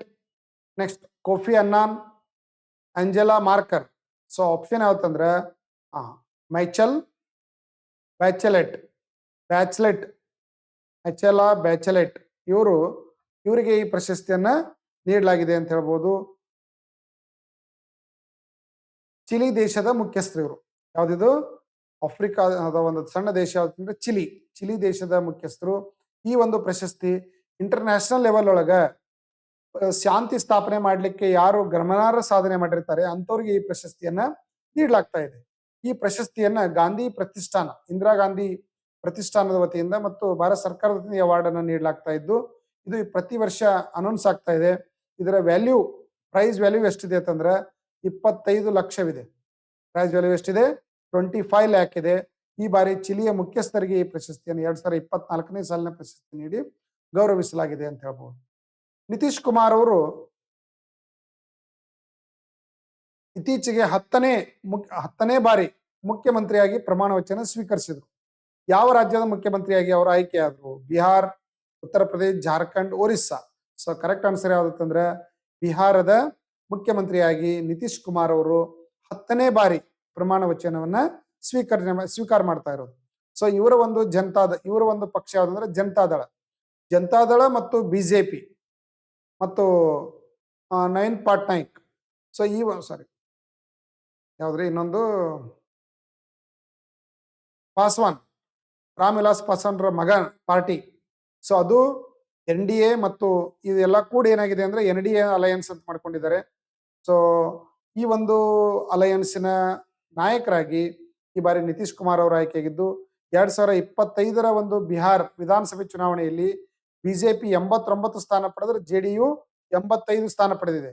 Congress ಕೇವಲ 6 ಸ್ಥಾನ ಪಡೆದಿದೆ. ಕಾಂಗ್ರೆಸ್ ಏನಾಗಿದೆ? ಕೇವಲ ಇದರಲ್ಲಿ 6 ಸ್ಥಾನ ಪಡೆದಿದೆ. ಸೊ ಹಾಗಾಗಿ ಈ ಬಾರಿ ಮತ್ತೆ CM ನಿತೀಶ್ ಕುಮಾರ್ ಅವರು ಅಲ್ಲಿ ಮುಖ್ಯಮಂತ್ರಿಯಾಗಿ ಆಯ್ಕೆಯಾಗಿದ್ದಾರೆ ಅಂತ ಹೇಳ್ಬೋದು. ಸೊ ಮುಖ್ಯಮಂತ್ರಿ ಬಗ್ಗೆ ನೇಮಕ ಹೇಳುವಂತ ಆರ್ಟಿಕಲ್ ಯಾವ್ದಂದ್ರೆ ಸಂವಿಧಾನ 163ನೇ ವಿಧಿ. ಸೊ ರಾಜ್ಯಪಾಲರು ಮುಖ್ಯಮಂತ್ರಿಯನ್ನ ನೇಮಕ ಮಾಡ್ತಾರೆ ಅಂತ ಹೇಳ್ಬೋದು. ರೈಟ್ ರೀ. ಸೊ 364, 65. ಸೊ 167ನೇ ವಿಧಿ ಮುಖ್ಯಮಂತ್ರಿಗಳ ಒಂದು ಕಾರ್ಯಗಳ ಬಗ್ಗೆ ಹೇಳಾಗ್ತದೆ ಅಂತ ಹೇಳ್ಬೋದು. ಬಿಹಾರ ನೋಡ್ರಿ, ಉತ್ತರ ಭಾರತ ಒಂದು ಪ್ರಮುಖವಾಗಿರ್ತಕ್ಕಂಥ ಒಂದು ರಾಜ್ಯ. ಟೋಟಲ್ ಇಲ್ಲಿ ಸೀಟ್ ಎಷ್ಟಿದ್ದು ಅಂದ್ರೆ 243 ಸೀಟ್ ಇದ್ದು ವಿಧಾನಸಭೆ ಒಳಗ. ಲೋಕಸಭೆ 40 ಅದ, ರಾಜ್ಯಸಭೆ 16 ಸೀಟ್ ಅದ. ರೈಟ್ ರೀ. 1912ರಲ್ಲೇ ಬ್ರಿಟಿಷ್ ಕಾಲದಲ್ಲೇ ಬಿಹಾರ ರಾಜ್ಯ ರಚನೆ ಆಗಿತ್ತು. ಮುಂದೆ ಬಿಹಾರನ್ನ ಒಡೆದು ಏನ್ ಮಾಡಿದ್ರು ಅಂದ್ರೆ ಜಾರ್ಖಂಡ್ ರಾಜ್ಯ ರಚನೆ ಆಯ್ತು. ಬಿಹಾರ ರಾಜಧಾನಿ ಯಾವ್ದಂದ್ರೆ ಪಾಟ್ನಾ ಯಾವ ನದಿ ದಂಡೆಯಲ್ಲಿದೆ? ಗಂಗಾ ನದಿ ದಂಡೆಯಲ್ಲಿ ಇರ್ತಕ್ಕಂಥದ್ದು. ಮೊದಲು ಇದಕ್ಕೆ ಏನ್ ಹೆಸರಿತ್ತು ಅಂದ್ರೆ ಪಾಟಲಿಪುತ್ರ ಅಂತ ಹೆಸರಿತ್ತು. ಮೊದಲು ಏನಂತಿದ್ರ ಹೆಸರು? ಪಾಟ್ಲಿಪುತ್ರ ಅಂತ ಹೇಳ್ಬೋದು. ಗಂಗಾ ನದಿ ದಂಡೆಯಲ್ಲಿ ಇರ್ತಕ್ಕಂಥ ಒಂದು ಪ್ರಮುಖ ನಗರ, ಐತಿಹಾಸಿಕ ನಗರ ಅಂತ ನಾವು ಇದನ್ನ ಕರಿತೀವಿ. ಯಾಕಂದ್ರೆ ಮೌರ್ಯ ಸಾಮ್ರಾಜ್ಯದ ರಾಜಧಾನಿನೂ ಪಾಟಲಿಪುತ್ರನೇ ಆಗಿತ್ತು. ರೈಟ್ ರೀ. ಮಗಧ ಸಾಮ್ರಾಜ್ಯದ ರಾಜಧಾನಿನೂ ಪಾಟಲಿಪುತ್ರನೇ ಆಗಿತ್ತು. ಸೊ ಹಿಂಗಾಗಿ ಅನೇಕ ರಾಜಮನೆತನಗಳಿಗೆ ರಾಜಧಾನಿಯಾಗಿ ಪಾಟಲಿಪುತ್ರ ಕಾರ್ಯನಿರ್ವಹಿಸಿದೆ ಅಂತ ಹೇಳ್ಬೋದು. ಜಾಗತಿಕ ಹವಾಮಾನ ಅಪಾಯ ಸೂಚ್ಯಂಕದಲ್ಲಿ ಭಾರತದ ರ್ಯಾಂಕ್ ಎಷ್ಟಿದೆ ನೋಡ್ರಿ. ಜಾಗತಿಕ ಒಂದು ಕ್ಲೈಮೇಟ್ ಇಂಡೆಕ್ಸ್, ರಿಸ್ಕ್ ಇಂಡೆಕ್ಸ್ ಅಂತ ಕರಿತೀವಿ. ಬಹಳಷ್ಟು ಕ್ರಿಟಿಕಲ್ ಆಗಿರ್ತಕ್ಕಂಥ ಒಂದು ಕ್ಲೈಮೇಟ್ ಅನ್ನ ಜಗತ್ತಿನ ಯಾವ ದೇಶಗಳು ಹೊಂದಿದಾವೆ ಅದನ್ನ ಲಿಸ್ಟ್ ಮಾಡ್ಲಾಗ್ತದೆ. ಅದರಲ್ಲಿ ಭಾರತದ ಸ್ಥಾನ ಎಷ್ಟಿದೆ? 12th, 15th ನೋಡ್ರಿ. 18th 21st. So correct answer ಯಾವ್ದಂದ್ರೆ ಭಾರತ 15th ರ್ಯಾಂಕ್ ಅಲ್ಲಿ ಇದೆ. ಬಹಳ ಕ್ರಿಟಿಕಲ್ ಕ್ಲೈಮೇಟ್ ಇಂಡೆಕ್ಸ್ ನೀವೆಲ್ಲ ನೋಡ್ಬೋದು. ಈಗೆಲ್ಲ ಡೆಲ್ಲಿ ಒಳಗೆ ಹಗಲತ್ತು ನಮಗೆ ರೋಡ್ ಕಾಣ್ತಾ ಇಲ್ಲ, ಅಷ್ಟು 500ಕ್ಕಿಂತ ಮೇಲೆ ಕ್ಲೈಮೇಟ್ ಕ್ರಿಟಿಕಲ್ ಸಿಚುವೇಶನ್ಗೆ ಹೋಗಿದೆ. ಸೊ ಆ ತರ ಕ್ರಿಟಿಕಲ್ ಒಂದು ಕ್ಲೈಮೇಟ್ ಇಂಡೆಕ್ಸ್ ಅನ್ನು ಹೊಂದಿರತಕ್ಕಂಥ ದೇಶಗಳಲ್ಲಿ ಭಾರತ ಸ್ಥಾನ ಎಷ್ಟಿದೆ ಅಂತಂದ್ರೆ 15th ಪೊಸಿಷನ್ ಅಲ್ಲಿ ಇದೆ ಅಂತ ಹೇಳ್ಬೋದು. ಸೊ ಇದನ್ನ ಜರ್ಮನ್ ವಾಚ್ COP30 ಅಂತಕ್ಕಂಥ ಸಮಿತಿಯಲ್ಲಿ ಇದನ್ನು ಅನೌನ್ಸ್ ಮಾಡಲಾಗಿದ್ದು. ಸೊ 2024ರಲ್ಲಿ ಬಹಳಷ್ಟು ಅಫೆಕ್ಟೆಡ್ ಆಗಿರತಕ್ಕಂಥ ದೇಶಗಳನ್ನ ಇಲ್ಲಿ ಅನೌನ್ಸ್ ಮಾಡಲಾಗಿದೆ. ಸೊ ಫಸ್ಟ್ ರ್ಯಾಂಕ್ ಅಲ್ಲಿ ಇರ್ತಕ್ಕಂಥದ್ದು ರಿಸ್ಕ್ ಇಂಡೆಕ್ಸ್ ಅಲ್ಲಿ Saint Vincent and the Grenadines first rank ಅಲ್ಲಿ ಇದೆ. ದೆನ್ ಸೆಕೆಂಡ್ ಒನ್ ಗ್ರೆನಡಾ ಇದೆ. ಥರ್ಡ್ ಪ್ಲೇಸ್ ಅಲ್ಲಿ ಯಾವ್ದಿದೆ, ಚಾಡ್ ಇದೆ. ಇವೆಲ್ಲ ಸಣ್ಣ ಸಣ್ಣ ದೇಶಗಳು, ಅಲ್ಲಿ ಕ್ಲೈಮೇಟ್ ಇಂಡೆಕ್ಸ್ ಬಹಳಷ್ಟು ಕ್ರಿಟಿಕಲ್ ಆಗಿದೆ. ಭಾರತ ಈ ಸಲ ಎಷ್ಟನೇ ರ್ಯಾಂಕ್ ಅಲ್ಲಿ ಇದೆ ಅಂದ್ರೆ 15ನೇ ರ್ಯಾಂಕ್ ಅಲ್ಲಿ ಇದೆ ಕ್ರಿಟಿಕಲ್ ಕ್ಲೈಮೇಟ್ ಅನ್ನು ಹೊಂದಿರೋದ್ರಲ್ಲಿ. ಬಹಳಷ್ಟು ನೋಡ್ರಿ 95ರಿಂದ 2024ರವರೆಗೆ ಎಷ್ಟನೇ ರ್ಯಾಂಕ್ ಅಲ್ಲಿ ಇತ್ತು ಅಂದ್ರೆ 9th ರ್ಯಾಂಕ್ ಒಳಗಿತ್ತು ಕ್ರಿಟಿಕಲ್ ಸಿಚುವೇಶನ್ ಇದರಲ್ಲಿ. ಈಗ ಒಂದಷ್ಟು ಇಂಪ್ರೂವ್ಮೆಂಟ್ ಆಗಿದೆ, ಈಗ 15ನೇ ರ್ಯಾಂಕ್ ಅಲ್ಲಿ ಇದೆ ಅಂತ ಹೇಳ್ಬೋದು, ಮತ್ತೆ ಕೆಳಗೆ ಸರಿದಿದೆ. ನೆಕ್ಸ್ಟ್ 6ನೇ ರಾಷ್ಟ್ರೀಯ ಜಲ ಪ್ರಶಸ್ತಿ 2024ರಲ್ಲಿ ಅತ್ಯುತ್ತಮ ರಾಜ್ಯ ಪ್ರಶಸ್ತಿಯನ್ನು ಗೆದ್ದಿರತಕ್ಕಂಥ ರಾಜ್ಯ ಯಾವುದು? ನ್ಯಾಷನಲ್ ವಾಟರ್ ಅವಾರ್ಡ್ ಅಂತೇಳಿ ಕೇಂದ್ರ ಸರ್ಕಾರ ಈ ಒಂದು ಅವಾರ್ಡ್ ಅನ್ನ ಪ್ರತಿ ವರ್ಷ ಅನೌನ್ಸ್ ಮಾಡ್ತಾ ಇದೆ. ಅಂದ್ರ ಜಲ ಮೂಲಗಳನ್ನು ಸಂರಕ್ಷಣೆ ಮಾಡಲಿಕ್ಕೆ ಯಾವ ರಾಜ್ಯಗಳು ಕ್ರಮ ತೆಗೆದುಕೊಂಡಿದ್ದಾವೆ ಅದನ್ನ ಆಧರಿಸಿ ಇದನ್ನ ಅನೌನ್ಸ್ ಮಾಡ್ಲಾಗ್ತಾ ಇದೆ. ಈ ಬಾರಿ ಪ್ರಶಸ್ತಿ ವಿಜೇತವಾಗಿರ್ತಕ್ಕಂಥ ರಾಜ್ಯ ಯಾವುದು ಅಂತಂದ್ರೆ Gujarat, Orissa, Maharashtra, Goa. So correct answer ಯಾವುದು? ಮಹಾರಾಷ್ಟ್ರ. ಮಹಾರಾಷ್ಟ್ರ ಈ ಬಾರಿ ನ್ಯಾಷನಲ್ ವಾಟರ್ ಅವಾರ್ಡ್ ಅನ್ನು ಪಡೆದಿರ್ತಕ್ಕಂಥ ರಾಜ್ಯ ಅಂತ ಹೇಳ್ತೀವಿ. ಸೆಕೆಂಡ್ ಪ್ಲೇಸ್ ಅಲ್ಲಿ ಯಾವ್ದಿದೆ? ಗುಜರಾತ್ ಇದೆ. ಅದರಲ್ಲಿ ಬೆಸ್ಟ್ ರಾಜ್ಯಗಳಲ್ಲಿ ಎರಡು, ಒಂದು ಮಹಾರಾಷ್ಟ್ರ, ಇನ್ನೊಂದು ಗುಜರಾತ್. ಇನ್ನ ಬೆಸ್ಟ್ ಡಿಸ್ಟಿಕ್, ದೇಶದಲ್ಲಿ ಅತ್ಯುತ್ತಮ ಜಿಲ್ಲೆಗಳು ಯಾವುವು ಜಲ ಸಂರಕ್ಷಣೆಗಾಗಿ? ನಮ್ಮ ಬಿಜಾಪುರ ಡಿಸ್ಟಿಕ್ನು ಈ ಬಾರಿ ಅವಾರ್ಡ್ ಅನ್ನ ಪಡೆದಿದೆ ಜಲ ಸಂರಕ್ಷಣೆಗಾಗಿ. ಹೇಳ್ರಿ, ಮಿರ್ಜಾಪುರ್ ಉತ್ತರ ಪ್ರದೇಶ್ ನಾರ್ತ್ ಝೋನ್ ಒಳಗೆ ಒಂದೊಂದು ಝೋನ್ ಅಲ್ಲಿ ಒಂದೊಂದು ಜಿಲ್ಲೆಯನ್ನು ಅನೌನ್ಸ್ ಮಾಡ್ಲಾಗ್ತಾ ಇದೆ. ಸೌತ್ ಅಲ್ಲಿ ತಿರುನಲ್ವೇಲಿ, ಸೌತ್ ಅಲ್ಲಿ ಸಪಾಹಿ ಜಲ ತ್ರಿಪುರಾದಲ್ಲಿ, ನಾರ್ತ್ ಈಸ್ಟ್ ಒಳಗ ಖರ್ಗೋನೆ ಮಧ್ಯಪ್ರದೇಶ, ವೆಸ್ಟ್ ಒಳಗ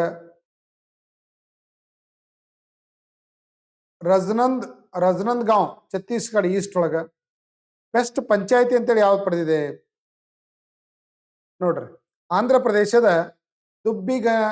ದುಬ್ಬಿಗನಿಪಲ್ಲಿ ಆಮೇಲೆ ಅನ್ನಮಾಯ, ಆಂಧ್ರ ಪ್ರದೇಶದ ಇವೆರಡು ಪಂಚಾಯತ್ಗಳಿಗೆ ಬೆಸ್ಟ್ ಪಂಚಾಯತ್ ಅವಾರ್ಡ್ ಅನ್ನು ನೀಡಿ ಗೌರವಿಸಲಾಗಿದೆ. ಬೆಸ್ಟ್ ಅರ್ಬನ್ ಲೋಕಲ್ ಬಾಡಿ ನವಿ ಮುಂಬೈ, ಇವರು ಜಲ ಸಂರಕ್ಷಣೆಗಾಗಿ ಕ್ರಮ ತೆಗೆದುಕೊಂಡಿದ್ದಕ್ಕಾಗಿ ಈ ಪ್ರಶಸ್ತಿ ನೀಡಲಾಗಿದೆ. ಮತ್ತೆ ನಮ್ಮ ಬಿಜಾಪುರ ಜಿಲ್ಲೆಗೆ ಯಾವ್ದು ಬಂದಿದೆ ಅಂದ್ರೆ ಈ ಕೃಷಿ ಹೊಂಡಗಳನ್ನು ಮಾಡೋದ್ರಲ್ಲಿ ಬೆಸ್ಟ್ ಪರ್ಫಾರ್ಮೆನ್ಸ್ ಮಾಡಿರ್ತಕ್ಕಂಥ ಜಿಲ್ಲೆ ಅಂತ ಹೇಳಿ ಇದನ್ನ ಡೆಲ್ಲಿ ಒಳಗೆ ಅನೌನ್ಸ್ ಮಾಡಲಾಗಿದ್ದು, ಜಿಲ್ಲಾ ಪಂಚಾಯತ್ ಸಿಇಒ ಪ್ರಶಸ್ತಿ ನೀಡಿ ಈ ಬಾರಿ ಗೌರವಿಸಲಾಗಿದೆ. ಮಿನಿಸ್ಟ್ರಿ ಆಫ್ ಜಲಶಕ್ತಿ ಅಡಿಯಲ್ಲಿ 2018ರಿಂದ ಈ ಪ್ರಶಸ್ತಿಯನ್ನ ಘೋಷಣೆ ಮಾಡಲಾಗ್ತಾ ಇದೆ ಅಂತ ಹೇಳಿ. ಭಾರತದ ಮೊದಲ ದೇಶೀಯ CAR-T ಸೆಲ್ ಥೆರಪಿಯನ್ನ ಸ್ಟಾರ್ಟ್ ಮಾಡಲಾಗಿದ್ದು. ಸೊ ಆ ಒಂದು ಥೆರಪಿ ಹೆಸರೇನು? What is the name of India's first indigenous CAR-T cell therapy ಅಂತ ನಾವು ಇದನ್ನ ಕರಿತೀವಿ. ಕ್ಯಾನ್ಸರ್ಗೆ ಸಂಬಂಧಪಟ್ಟಿರ್ತಕ್ಕಂಥ ಒಂದು ಥೆರಪಿ ಇದು. ಸೊ ಇದಕ್ಕೆ ಈ ಒಂದು ಥೆರಪಿಗೆ ಏನ್ ಹೆಸರಿದೆ? NANX CAR-19, Carvax, immuno ACT-T, Indicar. So correct answer ಯಾವ್ದಂದ್ರೆ ನೆಕ್ಸ್ CAR-19 ಅಂತಕ್ಕಂಥ ಒಂದು ಥೆರಪಿ ಹೆಸರನ್ನ ಡಿಕೋಡ್ ಅನ್ನ ಮಾಡಲಾಗಿದೆ. ಇದು ಸಂಪೂರ್ಣವಾಗಿ ಭಾರತದಲ್ಲಿ ತಯಾರಾಗಿರ್ತಕ್ಕಂಥ ಒಂದು ಟ್ರೀಟ್ಮೆಂಟ್ ಅಂತ ನಾವು ಇದನ್ನು ಕರಿತೀವಿ. ಜಗತ್ತಿನಲ್ಲೇ ಮೊಟ್ಟ ಮೊದಲು ಹ್ಯೂಮನೈಸ್ಡ್ CAR-T ಥೆರಪಿ ಅಂತ ನಾವು ಇದನ್ನ ಕರಿತೀವಿ. ಯಾವುದೇ ರೀತಿ ಪ್ರಾಣಿಗಳ ಒಂದು ಇದನ್ನ ಬಳಕೆ ಮಾಡಲಾರ್ದೇನೆ ಸಂಪೂರ್ಣವಾಗಿ ಬ್ಲಡ್ ಕ್ಯಾನ್ಸರ್ ಅನ್ನ ಟ್ರೀಟ್ ಮಾಡ್ತಕ್ಕಂಥ ಒಂದು ಥೆರಪಿ ಅಂತ ನಾವು ಇದನ್ನ ಕರಿಬಹುದು. ಸೊ ಇದನ್ನ ಒಂದು ಡೆವಲಪ್ ಮಾಡಿರ್ತಕ್ಕಂಥವ್ರು ಇಮ್ಯುನೋ ಆಕ್ಟ್ ಅಂತಕ್ಕಂಥ ಒಂದು ಸಂಸ್ಥೆ, ಸ್ಟಾರ್ಟ್ಅಪ್ ಆಫ್ IIT ಬಾಂಬೆ ವತಿಯಿಂದ ಈ ಒಂದು ಥೆರಪಿಯನ್ನು ಕಂಡುಹಿಡಲಾಗಿದ್ದು, ಇದು DBT ಮತ್ತು BIRAC ಇದನ್ನ ಪತ್ತೆ ಹಚ್ಚಲಾಗಿದ್ದು, ಇದನ್ನ ಸಂಶೋಧನೆ ಮಾಡಲಾಗಿದ್ದು. ಇದನ್ನ ಇತ್ತೀಚೆಗೆ ಉದ್ಘಾಟನೆ ಮಾಡಿದವರು ಯಾರು ಅಂತಂದ್ರೆ ಪ್ರಧಾನಮಂತ್ರಿ ನರೇಂದ್ರ ಮೋದಿ ಅವರು. ಕ್ಯಾನ್ಸರ್ ಟ್ರೀಟ್ಮೆಂಟ್ಗೆ ಇರ್ತಕ್ಕಂಥ ಒಂದು ಟ್ರೀಟ್ಮೆಂಟ್ ಇದು. ಇದರ ಹೆಸರು ನೆಕ್ಸ್ ಕಾರ್ 19 ಅಂತಕ್ಕಂಥ ಒಂದು ಥೆರಪಿಯನ್ನ, ಕಾರ್ ಟಿ ಥೆರಪಿಯನ್ನ ಭಾರತದಲ್ಲೇನೆ ಸಿದ್ಧಪಡಿಸಲಾಗಿರ್ತಕ್ಕಂಥದ್ದು. ಜಗತ್ತಿನಲ್ಲೇ ಮೊಟ್ಟ ಮೊದಲು ಹ್ಯೂಮನೈಸ್ಡ್ ಥೆರಪಿ ಅಂತ ನಾವು ಇದನ್ನ ಕರೆಯಲಾಗ್ತದೆ.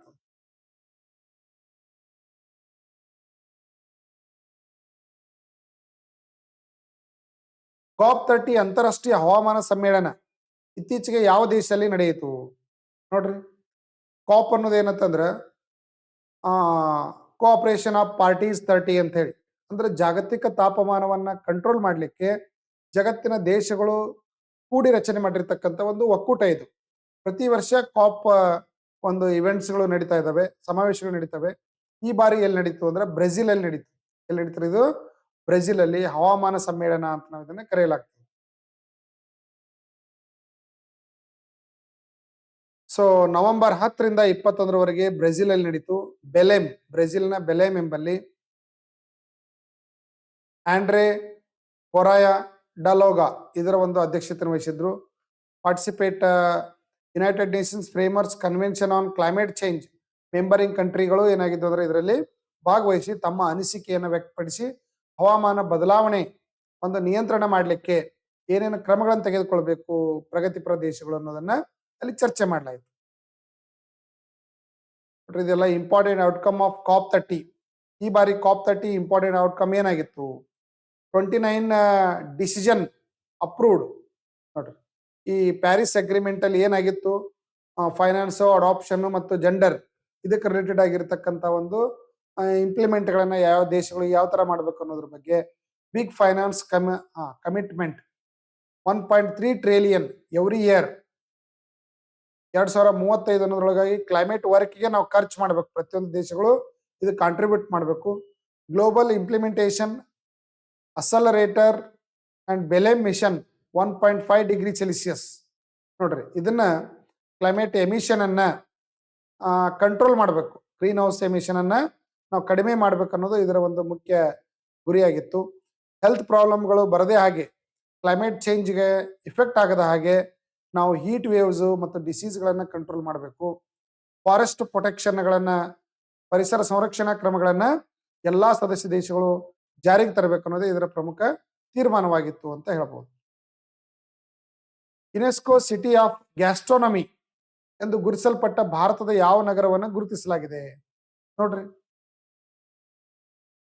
ಸಿಟಿ ಆಫ್ ಗ್ಯಾಸ್ಟ್ರೋನಮಿ ಅಂತೇಳಿ ಯಾವ ದೇಶವನ್ನ ಇತ್ತೀಚೆಗೆ ಯುನೆಸ್ಕೋ ಅನೌನ್ಸ್ ಮಾಡಿದೆ? ಯಾವುದು? Lucknow, Jaipur, Kochi, Hyderabad. So correct answer ಯಾವ್ದಂದ್ರೆ ಲಕ್ನೋವನ್ನ ಸಿಟಿ ಆಫ್ ಗ್ಯಾಸ್ಟ್ರೋನಮಿ ಅಂತೇಳಿ ಇದನ್ನ ಅನೌನ್ಸ್ ಮಾಡಲಾಗಿದೆ ಯುನೆಸ್ಕೋ ವತಿಯಿಂದ. ರೈಟ್ ರೀ. Lucknow traditional Awadhi dishes such as galouti kebab, nihari kulcha ಇವೆಲ್ಲ ಅಲ್ಲಿ ಇರ್ತಕ್ಕಂಥ ಫೇಮಸ್ ಡಿಶ್ಗಳಿವು. ಯುನೆಸ್ಕೋ 43ನೇ ಒಂದು ಸಮಾವೇಶದಲ್ಲಿ ಇದನ್ನ ಏನ್ ಮಾಡಿದ್ರು ಅಂದ್ರೆ ಅನೌನ್ಸ್ ಮಾಡಿದ್ರು ಅಂತ ಹೇಳ್ಬೋದು. ಸಿಟಿ ಆಫ್ ಲಿಟರೇಚರ್ ಅಂತೇಳಿ ಯಾವ್ದನ್ನ ಅನೌನ್ಸ್ ಮಾಡಲಾಗಿದೆ? ಕೋಯಿಕೋಡ್. ಸಿಟಿ ಆಫ್ ಲಿಟರೇಚರ್ ಅಂತೇಳಿ ಯಾವ್ದು ಅನೌನ್ಸ್ ಆಗಿದೆ ಅಂತ ಕೇಳಿದ್ರೆ ಅಂದ್ರೆ ಯುನೆಸ್ಕೋದ ವತಿಯಿಂದ ಕೋಯಿಕೋಡ್ ಅಂದ್ರ ಕೇರಳದೊಳಗ. ಸಿಟಿ ಆಫ್ ಮ್ಯೂಸಿಕ್ ಅಂತೇಳಿ ಯಾವ್ದು ಅನೌನ್ಸ್ ಆಗಿದೆ ಯುನೆಸ್ಕೋ ವತಿಯಿಂದ ಅಂದ್ರೆ Gwalior. City of craft and folk art ಅಂತೇಳಿ ಯಾವ್ದಾಗಿದೆ ಅಂತಂದ್ರೆ ಶ್ರೀನಗರ್. ಈಗ ಸಿಟಿ ಆಫ್ ಗ್ಯಾಸ್ಟ್ರೋನಮಿ ಅಂತೇಳಿ ಇತ್ತೀಚೆಗೆ ಅನೌನ್ಸ್ ಆಗಿರ್ತಕ್ಕಂಥ ಯುನೆಸ್ಕೋದಿಂದ ಅನೌನ್ಸ್ ಆಗಿರ್ತಕ್ಕಂಥ ನಗರ ಯಾವ್ದು ಅಂದ್ರೆ ಲಕ್ನೋ. ಸೊ ಈ ತರ ಇಂಪಾರ್ಟೆಂಟ್ ಆಗಿರ್ತಕ್ಕಂಥ 4 ಪ್ರಮುಖ ನಗರಗಳು ಯುನೆಸ್ಕೋ ವತಿಯಿಂದ ಲಿಸ್ಟೆಡ್ ಆಗಿರ್ತಕ್ಕಂಥವುಗಳು ಅಂತೇಳಿ ಇದನ್ನ ಹೇಳ್ಬೋದು. ಭಾರತದ ಮೊದಲ ಜಾಗತಿಕ ಮಟ್ಟದ ವಿಮಾನ ಎಂಜಿನ್ MRO ಸೌಲಭ್ಯವನ್ನು ಇತ್ತೀಚೆಗೆ ಎಲ್ಲಿ ಉದ್ಘಾಟನೆ ಮಾಡಲಾಗಿದೆ? ವಿಮಾನ ಎಂಜಿನ್ಗಳನ್ನ ತಯಾರು ಮಾಡತಕ್ಕಂಥ MRO ಫೆಸಿಲಿಟೀಸ್ ಎಲ್ಲಿ ಅನೌನ್ಸ್ ಆಗಿದೆ? ಬೆಂಗಳೂರು, ನಾಗ್ಪುರ್, ಕೊಚ್ಚಿನ್, ಹೈದರಾಬಾದ್. ಸೊ ಆನ್ಸರ್ ಯಾವ್ದಂದ್ರೆ ಹೈದರಾಬಾದ್ ಅಲ್ಲಿ ವಿಮಾನ ಎಂಜಿನ್ಗಳನ್ನ ರೆಡಿ ಮಾಡ್ತಕ್ಕಂಥ ಒಂದು ಜಾಗತಿಕ ಮಟ್ಟದ ವಿಮಾನ ಇಂಜಿನ್ MRO ಒಂದು ಸೌಲಭ್ಯವನ್ನ ಅಲ್ಲಿ ಸ್ಟಾರ್ಟ್ ಮಾಡಲಾಗಿದೆ ಅಂತ ಹೇಳ್ಬೋದು. Aircraft engine maintenance repair and over all MRO ಅಂತ ಕರಿತೀವಿ ಇದಕ್ಕೆ. ಅದು ಯಾವುದೇ ಒಂದು ವಿಮಾನಗಳ ಒಂದು ರಿಪೇರಿ ಬಂತು ಅಂತಂದ್ರೆ ಎಂಜಿನ್ ರಿಪೇರಿ ಮಾಡ್ತಕ್ಕಂಥ ಒಂದು ಸೆಂಟರ್ ಅನ್ನ ಅಲ್ಲಿ ಸ್ಟಾರ್ಟ್ ಮಾಡಲಾಗಿದೆ.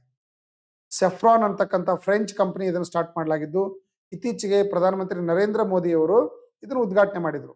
ಹೈದರಾಬಾದ್ ನಲ್ಲಿ ಇರ್ತಕ್ಕಂಥ ಅಂತಾರಾಷ್ಟ್ರೀಯ ವಿಮಾನ ನಿಲ್ದಾಣ ಯಾವುದು ಅಂತಂದ್ರೆ ರಾಜೀವ್ ಗಾಂಧಿ ಅಂತಾರಾಷ್ಟ್ರೀಯ ವಿಮಾನ ನಿಲ್ದಾಣದಲ್ಲಿ ಈ ಒಂದು ಕೇಂದ್ರವನ್ನ ಸ್ಟಾರ್ಟ್ ಮಾಡಲಾಗಿದೆ ಅಂತ ಹೇಳಿ. ಭಾರತ ಯಾವ ದೇಶದೊಂದಿಗೆ ಸೂರ್ಯಕಿರಣ 2025ನೇ ವ್ಯಾಯಾಮವನ್ನ ನಡೆಸಿತು? ಎಕ್ಸರ್ಸೈಸ್, ಮಿಲಿಟರಿ ಎಕ್ಸರ್ಸೈಸ್ ಇದು. ಯಾವ ದೇಶದೊಂದಿಗೆ ಸೇರಿ ಈ ಒಂದು ವ್ಯಾಯಾಮವನ್ನು ನಡೆಸಿದ್ರು ಅಂತಂದ್ರೆ ಆಸ್ಟ್ರೇಲಿಯಾ, ನೇಪಾಳ್, USA ಮತ್ತು ಈಜಿಪ್ಟ್. ಸೊ ಆನ್ಸರ್ ಯಾವ್ದಂದ್ರೆ ನೇಪಾಳದ ಒಂದು ಮಿಲಿಟರಿಯೊಂದಿಗೆ ಸೇರಿ ಈ ಒಂದು ಎಕ್ಸರ್ಸೈಸ್ ಯಾವುದು ಸೂರ್ಯಕಿರಣ್ 2025 ನಡೆಸಲಾಯಿತು. ಉತ್ತರಾಖಂಡದ ಪಿಥೋರ್ಗರ್ ಎಂಬಲ್ಲಿ ಈ ಒಂದು ಮಿಲಿಟರಿ ಎಕ್ಸರ್ಸೈಸ್ ಸಮರಾಭ್ಯಾಸವನ್ನ ಮಾಡಲಾಯಿತು ಅಂತ ಹೇಳ್ಬೋದು. ICC ಪುರುಷರ T20 ವಿಶ್ವಕಪ್ 2026ಕ್ಕಾಗಿ ಟೂರ್ನಮೆಂಟ್ ಅಂಬಾಸಿಡರ್ ಆಗಿ ಇತ್ತೀಚೆಗೆ ಯಾರನ್ನ ನೇಮಕ ಮಾಡಲಾಗಿದೆ? ಸೊ ಕರೆಕ್ಟ್ ಆನ್ಸರ್ ಯಾವ್ದಂದ್ರೆ ರೋಹಿತ್ ಶರ್ಮಾ ಅವರನ್ನ ICC 2026ನ T20 ಟೂರ್ನಮೆಂಟ್ ಅಂಬಾಸಿಡರ್ ಆಗಿ ಇವರನ್ನ ಅನೌನ್ಸ್ ಮಾಡಲಾಗಿದೆ ಅಂತ ಹೇಳ್ಬೋದು. ಈ ಬಾರಿ ICC 2020 T20 ಇವೆಂಟ್ಗಳು ಎಲ್ಲಿ ನಡೀತಾ ಇದಾವೆ ಅಂತಂದ್ರೆ ಭಾರತ ಮತ್ತು ಶ್ರೀಲಂಕಾದಲ್ಲಿ ಈ ಬಾರಿ ಇವೆಂಟ್ಸ್ಗಳು ನಡೀತಾ ಇದಾವೆ ಅಂತ ಹೇಳ್ಬೋದು. ಮಹಿಳಾ ಕಬಡ್ಡಿ ವಿಶ್ವಕಪ್ 2020 ಪ್ರಶಸ್ತಿಯನ್ನು ಗೆದ್ದ ದೇಶ ಯಾವುದು? ವರ್ಲ್ಡ್ ಕಪ್ ಕಬಡ್ಡಿ ಗೆದ್ದಿರ್ತಕ್ಕಂಥ ದೇಶ ಭಾರತ. ನೀವೆಲ್ಲ ನೋಡಬಹುದು, ಇವರೆಲ್ಲ ಕಬಡ್ಡಿ ಗೆದ್ದು ಬಂದು ಮೋದಿ ಅವ್ರ ಜೊತೆ ಒಂದು ಟೀ ಪಾರ್ಟಿಯನ್ನ ಮಾಡಿದ್ರು. ಸೊ ಇದಕ್ಕೆ ಭಾರತ ಹೆಮ್ಮೆ ಪಡ್ತಕ್ಕಂಥ ಒಂದು ಗ್ರೇಟ್ ಅಚೀವ್ಮೆಂಟ್ ಅನ್ನ ನಮ್ಮ ಕಬಡ್ಡಿ ತಂಡದವರು ಮಾಡಿದ್ರು. ರೈಟ್ ರೀ. ಸೊ ಎಲ್ಲಿ ನಡೆದಿತ್ತು? ಬಾಂಗ್ಲಾದೇಶದ ಢಾಕಾದಲ್ಲಿ ನಡೆದಿತ್ತು. ಚೀನಾದ ತೈಪೆ ಅವರನ್ನು ಸೋಲಿಸಿ, ನೋಡ್ರಿ, ಚೈನೀಸ್ ತೈಪೆ ಒಂದು ಚೀನಾ ತಂಡವನ್ನು ಸೋಲಿಸಿ ಭಾರತದ ಮಹಿಳಾ ಕಬಡ್ಡಿ ತಂಡದವರು ಈ ಒಂದು ಅವಾರ್ಡ್ ಅನ್ನು ವರ್ಲ್ಡ್ ಕಪ್ ಅವನ್ನ ವಿನ್ ಆದ್ರು ಅಂತ ಹೇಳ್ಬೋದು. ಬಟ್ ಕ್ರಿಕೆಟ್ ಸಿಕ್ಕಷ್ಟು ಒಂದು ಪ್ರಾಮುಖ್ಯತೆ ಇದಕ್ಕೆ ಸಿಕ್ಕಿಲ್ಲ. ಬಟ್ ನಾವು ಕಬಡ್ಡಿ ನಮ್ಮ ದೇಶದ ರಾಷ್ಟ್ರೀಯ ಆಟಗಳಲ್ಲಿ ಒಂದು ಅಂತ ನಾವು ಅದನ್ನ ಹೇಳ್ಬೋದು. 12,000 ವರ್ಷಗಳ ನಂತರ ಇತ್ತೀಚೆಗೆ ಸ್ಫೋಟಗೊಂಡ ಜ್ವಾಲಾಮುಖಿ ಯಾವುದು? ನೋಡ್ರಿ, ಜ್ವಾಲಾಮುಖಿ ಒಳಗ ಜಾಗೃತ ಜ್ವಾಲಾಮುಖಿ, ಸುಪ್ತ ಜ್ವಾಲಾಮುಖಿ, ಲುಪ್ತ ಜ್ವಾಲಾಮುಖಿ ಅಂತೇಳಿ ನಾವು ಅದನ್ನ ಕರಿತೀವಿ. ಆಕ್ಟಿವ್ ಜ್ವಾಲಾಮುಖಿ, ದೆನ್ 3 ಹಂತಗಳಿರ್ತಾವ, ಜಾಗೃತ, ಸುಪ್ತ ಮತ್ತು ಲುಪ್ತ ಅಂತೇಳಿ. ಸೊ ಎಷ್ಟೋ ಜ್ವಾಲಾಮುಖಿಗಳು ಪೂರ್ತಿ ಮುಗಿದು ಹೋಗಿದೆ ಅಂತ ಹೇಳಿ ನಾವು ತಿಳ್ಕೊಂಡಿರ್ತೀವಿ. ಬಟ್ ಎಷ್ಟೋ ವರ್ಷಗಳ ನಂತರ ಮತ್ತೇನಾಗ್ತಾವ, ಅಲ್ಲಿ ಸ್ಫೋಟ ಆಗ್ತಿರ್ತಾವ. ಭೂಮಿಯ ಅಂತರಾಳದಲ್ಲಿ ಇರ್ತಕ್ಕಂಥ ಶಿಲಾ ಫಲಕಗಳ ಒಂದು ಮೂವ್ಮೆಂಟ್ ಆಗೋದ್ರಿಂದ ಜ್ವಾಲಾಮುಖಿಗಳು ಸಂಭವಿಸ್ತವೆ. ಒಳಗಿನ ಒಂದು ಒತ್ತಡ ಮಧ್ಯಂತರದಲ್ಲಿ ಇರ್ತಕ್ಕಂಥ ಶಿಲಾಪಾಕ ಹೊರಚಿಮ್ಮಲ್ಪಡ್ತದೆ. ಹೊರಚಿಮ್ತು ಅಂದ್ರೆ ನಾವು ಅದಕ್ಕೆ ಏನ್ ಕರಿತೀವಿ? ಜ್ವಾಲಾಮುಖಿ ಅಂತ ಕರಿತೀವಿ. ಆ ತರ ಜ್ವಾಲಾಮುಖಿ 12,000 ವರ್ಷಗಳ ನಂತರ ಮತ್ತೆ ಅದು ಏನಾಯ್ತು ಅಂದ್ರಲ್ಲಿ ಸ್ಫೋಟ ಆಯ್ತು. ಅದು ಯಾವುದು ಅಂತ ಹೇಳ್ಬೋದು. ನೋಡ್ರಿ, ಪೊಪೊಕಾ ಟೇಪಲ್, ಆಮೇಲೆ ಐಲಿ ಗುಬ್ಬಿ, ಕಲೈ, ಮೌಂಟ್ ಎಟ್ನಾ. ಸೊ ಆಪ್ಷನ್ ಯಾವತ್ತಂದ್ರೆ ಐಲಿ ಗುಬ್ಬಿ. ಈ ಒಂದು ಜ್ವಾಲಾಮುಖಿ ಎಲ್ಲಿ ಕಂಡು ಬಂದಿದೆ ಅಂದ್ರೆ ಇಥಿಯೋಪಿಯಾದಲ್ಲಿ ಕಂಡು ಬಂದಿದೆ. ಎಲ್ಲಿ ಕಂಡು ಬಂದಿದೆ ಇದು? ಇಥಿಯೋಪಿಯಾದೊಳಗ. ರೈಟ್ ರೀ.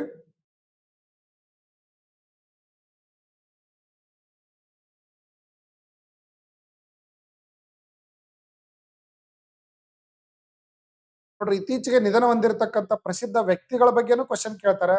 ಧರ್ಮೇಂದ್ರ ಇತ್ತೀಚೆಗೆ ನಿಧನ ಹೊಂದಿರೋ ಯಾರಂದ್ರೆ ಧರ್ಮೇಂದ್ರ ಅವರು, ಹಿಂದಿ ಆಕ್ಟರ್ ಇವರು. ಸೊ ನವೆಂಬರ್ 24ರಂದು ತಮ್ಮ 89ನೇ ವಯಸ್ಸಿನಲ್ಲಿ ನಿಧನ ಆದ್ರು. ಇವರ ಒಂದು ಫೇಮಸ್ ಪಿಕ್ಚರ್ ದಿಲ್ ಬಿ ತೇರಾ ಹಮ್ ಬಿ ತೇರಾ ಒಂದು ಫೇಮಸ್ ಪಿಕ್ಚರ್ ಅನ್ನ ಇವರು ಮಾಡಿದ್ರು. ಬಹಳಷ್ಟು ಇವರು ಐಕಾನಿಕ್ ಪಿಕ್ಚರ್ ಯಾವ್ದಂದ್ರೆ ಸೋಲೆ ಪಿಕ್ಚರ್. ದ ವೀರು ಪಾತ್ರವನ್ನ ಇವರಲ್ಲಿ ನಿಭಾಯಿಸಿದ್ರು. ಇವ್ರ ನೆಕ್ ನೇಮ್ ಏನಾಗಿತ್ತು ಅಂತಂದ್ರೆ ಹಿ ಮ್ಯಾನ್ ಅಂತೇಳಿ ಇವರನ್ನ ಕರೆಯಲಾಗ್ತಿತ್ತು. ಇವರಿಗೆ 2012ರಲ್ಲಿ ಪದ್ಮಭೂಷಣ ಪ್ರಶಸ್ತಿ ನೀಡಲಾಯಿತು. 2004ರಿಂದ 2009ರವರೆಗೆ ಬಿಜೆಪಿ ಲೋಕಸಭಾ ಸದಸ್ಯರಾಗಿ ಇವರು ಧರ್ಮೇಂದ್ರ ಪ್ರಧಾನ್ ಅವರು ಕಾರ್ಯನಿರ್ವಹಿಸಿದ್ರು. ದುಬೈ ಏರ್ ಶೋನಲ್ಲಿ ಇತ್ತೀಚೆಗೆ ಭಾರತದ ಯಾವ ವಿಮಾನ ಅಪಘಾತಕ್ಕೀಡಾಯಿತು? ನೋಡ್ರಿ, ಇತ್ತೀಚೆಗೆ ಭಾರತ ಅಲ್ಲಿ ಪ್ರದರ್ಶನ ಮಾಡುವಾಗ ಒಂದು ವಿಮಾನ ದುರಂತಕ್ಕೀಡಾಗಿ ಒಬ್ಬ ನಾವು ಪೈಲಟ್ ಅನ್ನ ಕಳ್ಕೋಬೇಕಾಯ್ತು.